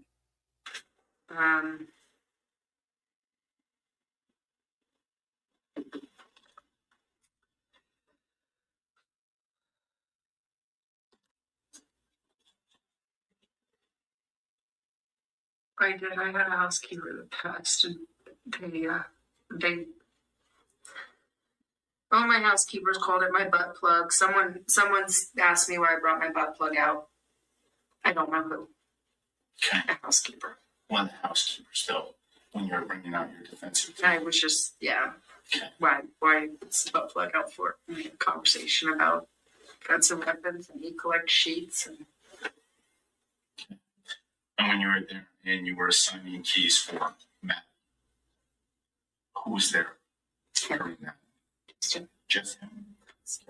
And now there's no one else to corroborate him versus her narrative. And look at this. Koberger stalked Madison Mogan, former defense expert, says 1 day ago. This is Cy Ray. Cy Ray can put him in the living room, can put him in the house, put him at the mysterious Pullman apartments, can put him in that, oh my gosh. I cannot make this up, folks. You see the bigger picture at play. I am so glad we're on the same page here. I am so glad that we see what others can't see and we call it out. Jeez. Now you discussed this with other people on the premise. Yes. Who else did you have this discussion with? So, night audit. And it was just give her the keys, verify her identification. Okay. I just let her in the room. Just do what this guy wants. Okay. So the night manager who was then waiting. He's not a manager. Oh, No. sorry. Night front desk. Yeah. Night audit. Okay. What's his name? Or his last name?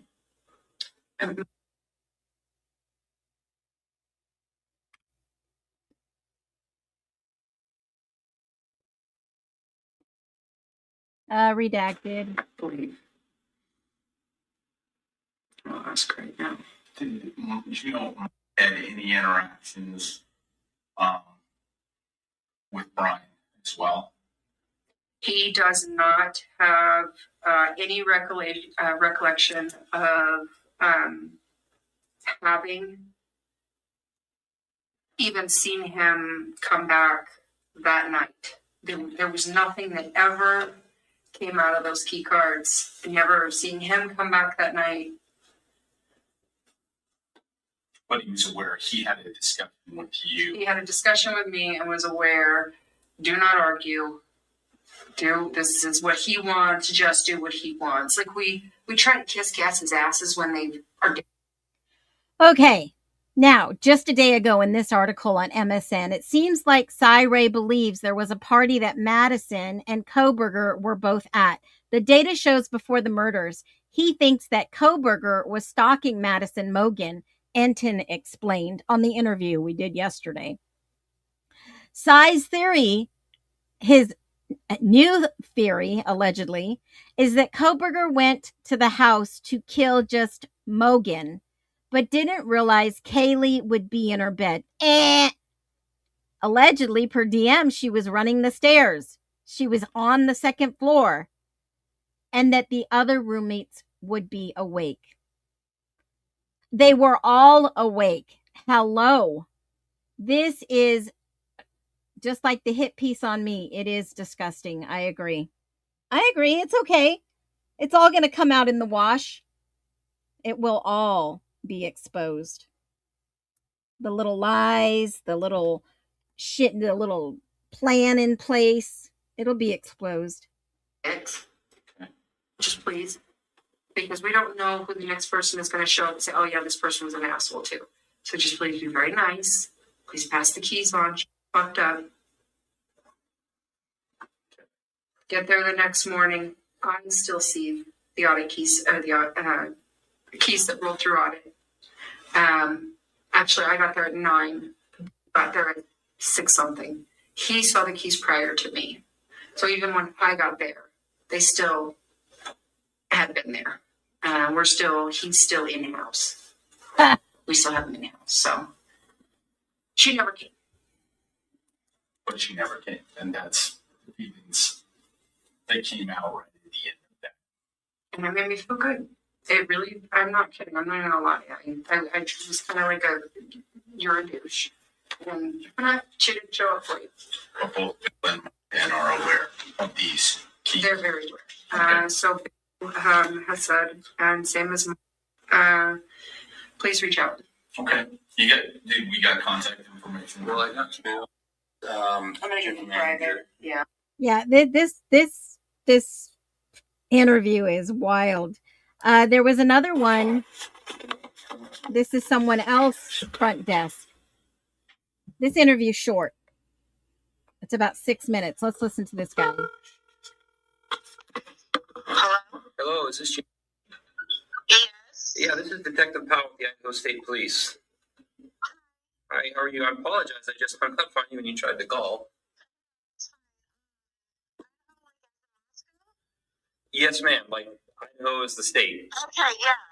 What's up? Do you have well, is now a good time to talk? Yeah, hold on.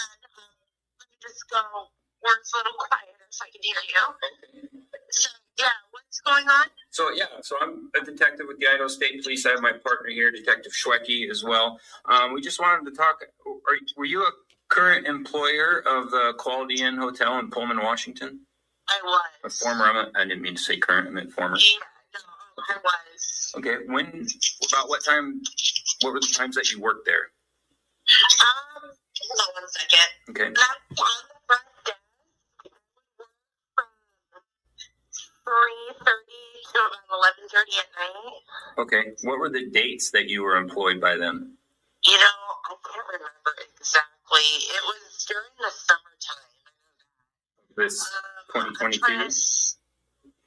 It was like from June or July to like before October hit. Okay, gotcha. Yeah. What is this regarding? So this is regarding the homicides in Moscow, Idaho. Okay. Yep. I still can't believe, like, it freaks me out. Yeah. Well, that's what we're calling to talk about, since you did have interaction with them. Is there anything, can you, in detail, can you recall that incident? I remember seeing his face, like when I saw his picture, I thought he looked familiar. I was kind of like still in training on the desk and said that from some footage or whatever, but I apparently double charged him or whatever. It was an accident, so he got really upset with me. But then, after he got taken care of, like, if he is the same guy thinking, he kept coming downstairs and kind of being like flirty and nice after the fact. Okay. But he didn't like bother me too much. I just know he like came up and down the stairs quite a bit. Okay. Now, I think if I heard you right, you were referencing. Is it? Yeah, okay. Mariah. And yeah. Who's? She was my manager. She was your manager. When's the last time you talked with her at all? I talked with her, I think it was today and a few days ago, because she called me and said that the guy who was involved in the murders, he stayed at her hotel. And I was like, are you serious? And then she looked to see who was on shift the night he checked in, and it was me. Okay. So she did tell me that, and I was in shock. Because I was like, oh my gosh, I was alone with that guy. Like, he could have killed me. Like, that creeps me out. Yeah. So I hope she's not blonde. Is there anything that you can recall from that night with your interactions with him that you haven't spoke with about? No, just pretty much everything on you is what I told her. That he got a little upset about the charge room, but then, he seemed like he was being nice, and he kept coming down the stairs here.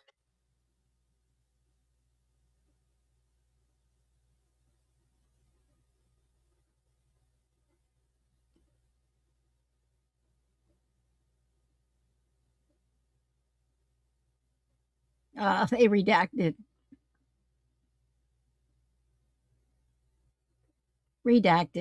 This wasn't some freaking cartel crap. Why do they keep... Oh, this is just really wild. Redacted. They redacted a lot of this. Still redacted. Okay. And okay. Did he like lose a key card or have you make any extra keys? I know sometimes people lose their key cards. I don't recall that. Okay. So I don't think he was one of them. I think he might have been one of the guys too that needed help fixing his TV, and I didn't have any batteries for the remote at the time. Gotcha. Yeah. Was there anybody else staying with him? Not that I saw. It was just him. Okay. Do you remember by chance, like the vehicle he could have been driving or one that he might have put down on his registration card? No, I don't recall that because when they did, I took a glance at it. It's like there's a car on there. I'm not sure what it is. Now, does the customer or the guest, do they normally write the car information on there, or is that something you guys do? They have to write down the car. Okay. And make model and stuff. Okay. All right.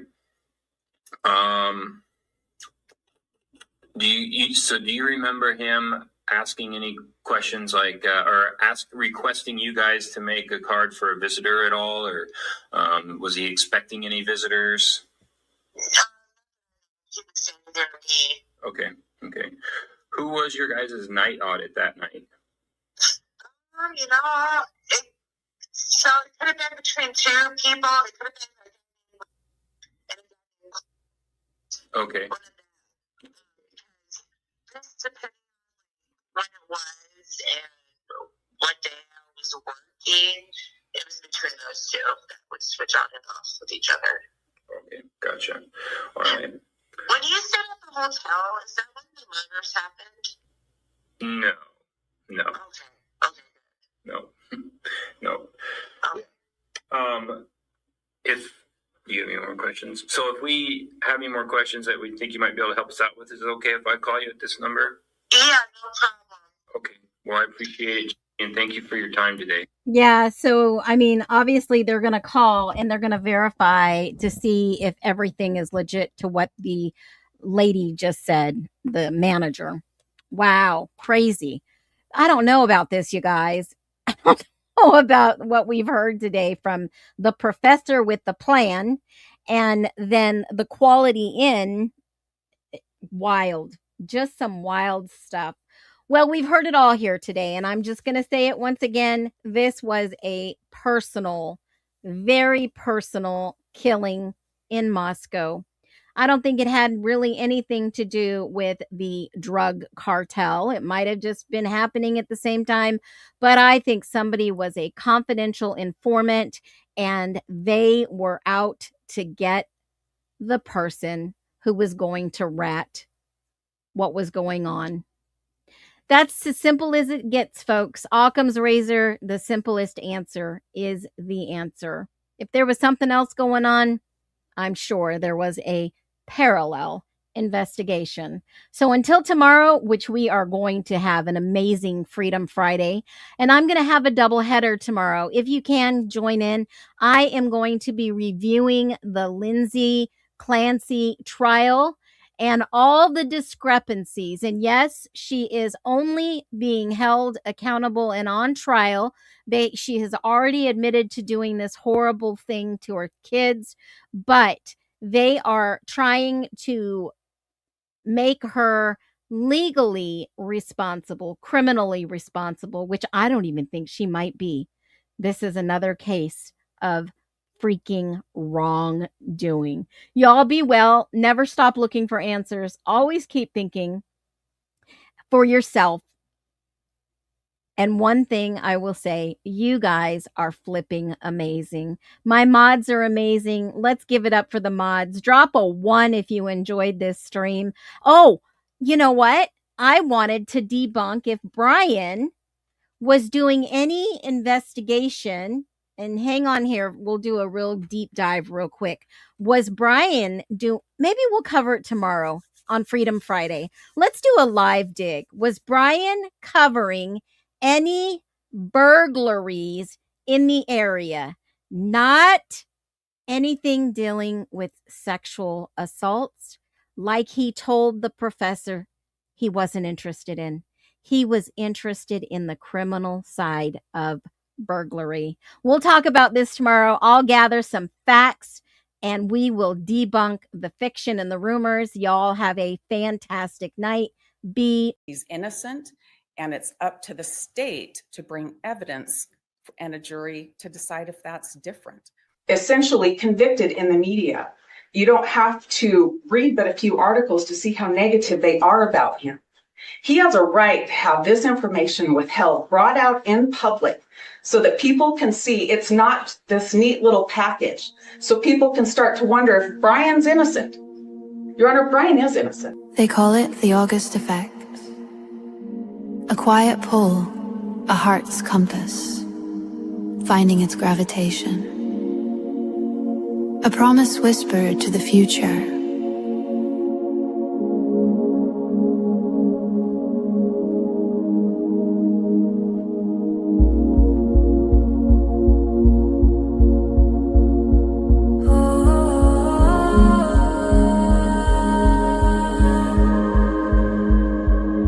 Sunrise paints the window pane a hazy gold. A story in my chest that's waiting to unfold. Used to trace the lines of maps I'd never seen. Now the greenest pasture grows from deep within. Letting go of every anchor, every chain, washing off the dust in cool September rain.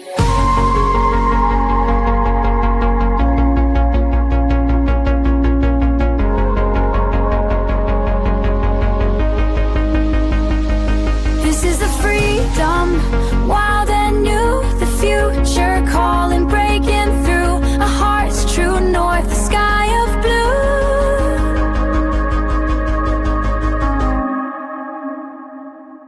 This is the promise coming true.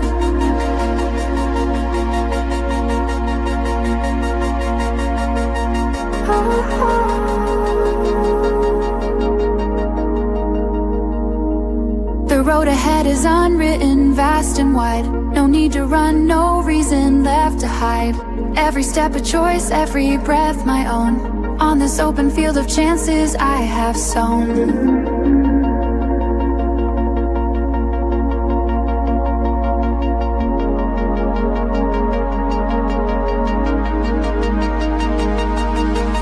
This is the freedom, wild and new.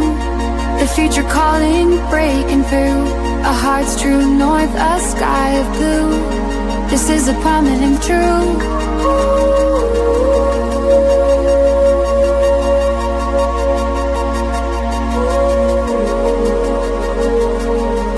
The August effect, I understand it now. It's the faith you find somehow. The promise coming true for you. The greenest pasture.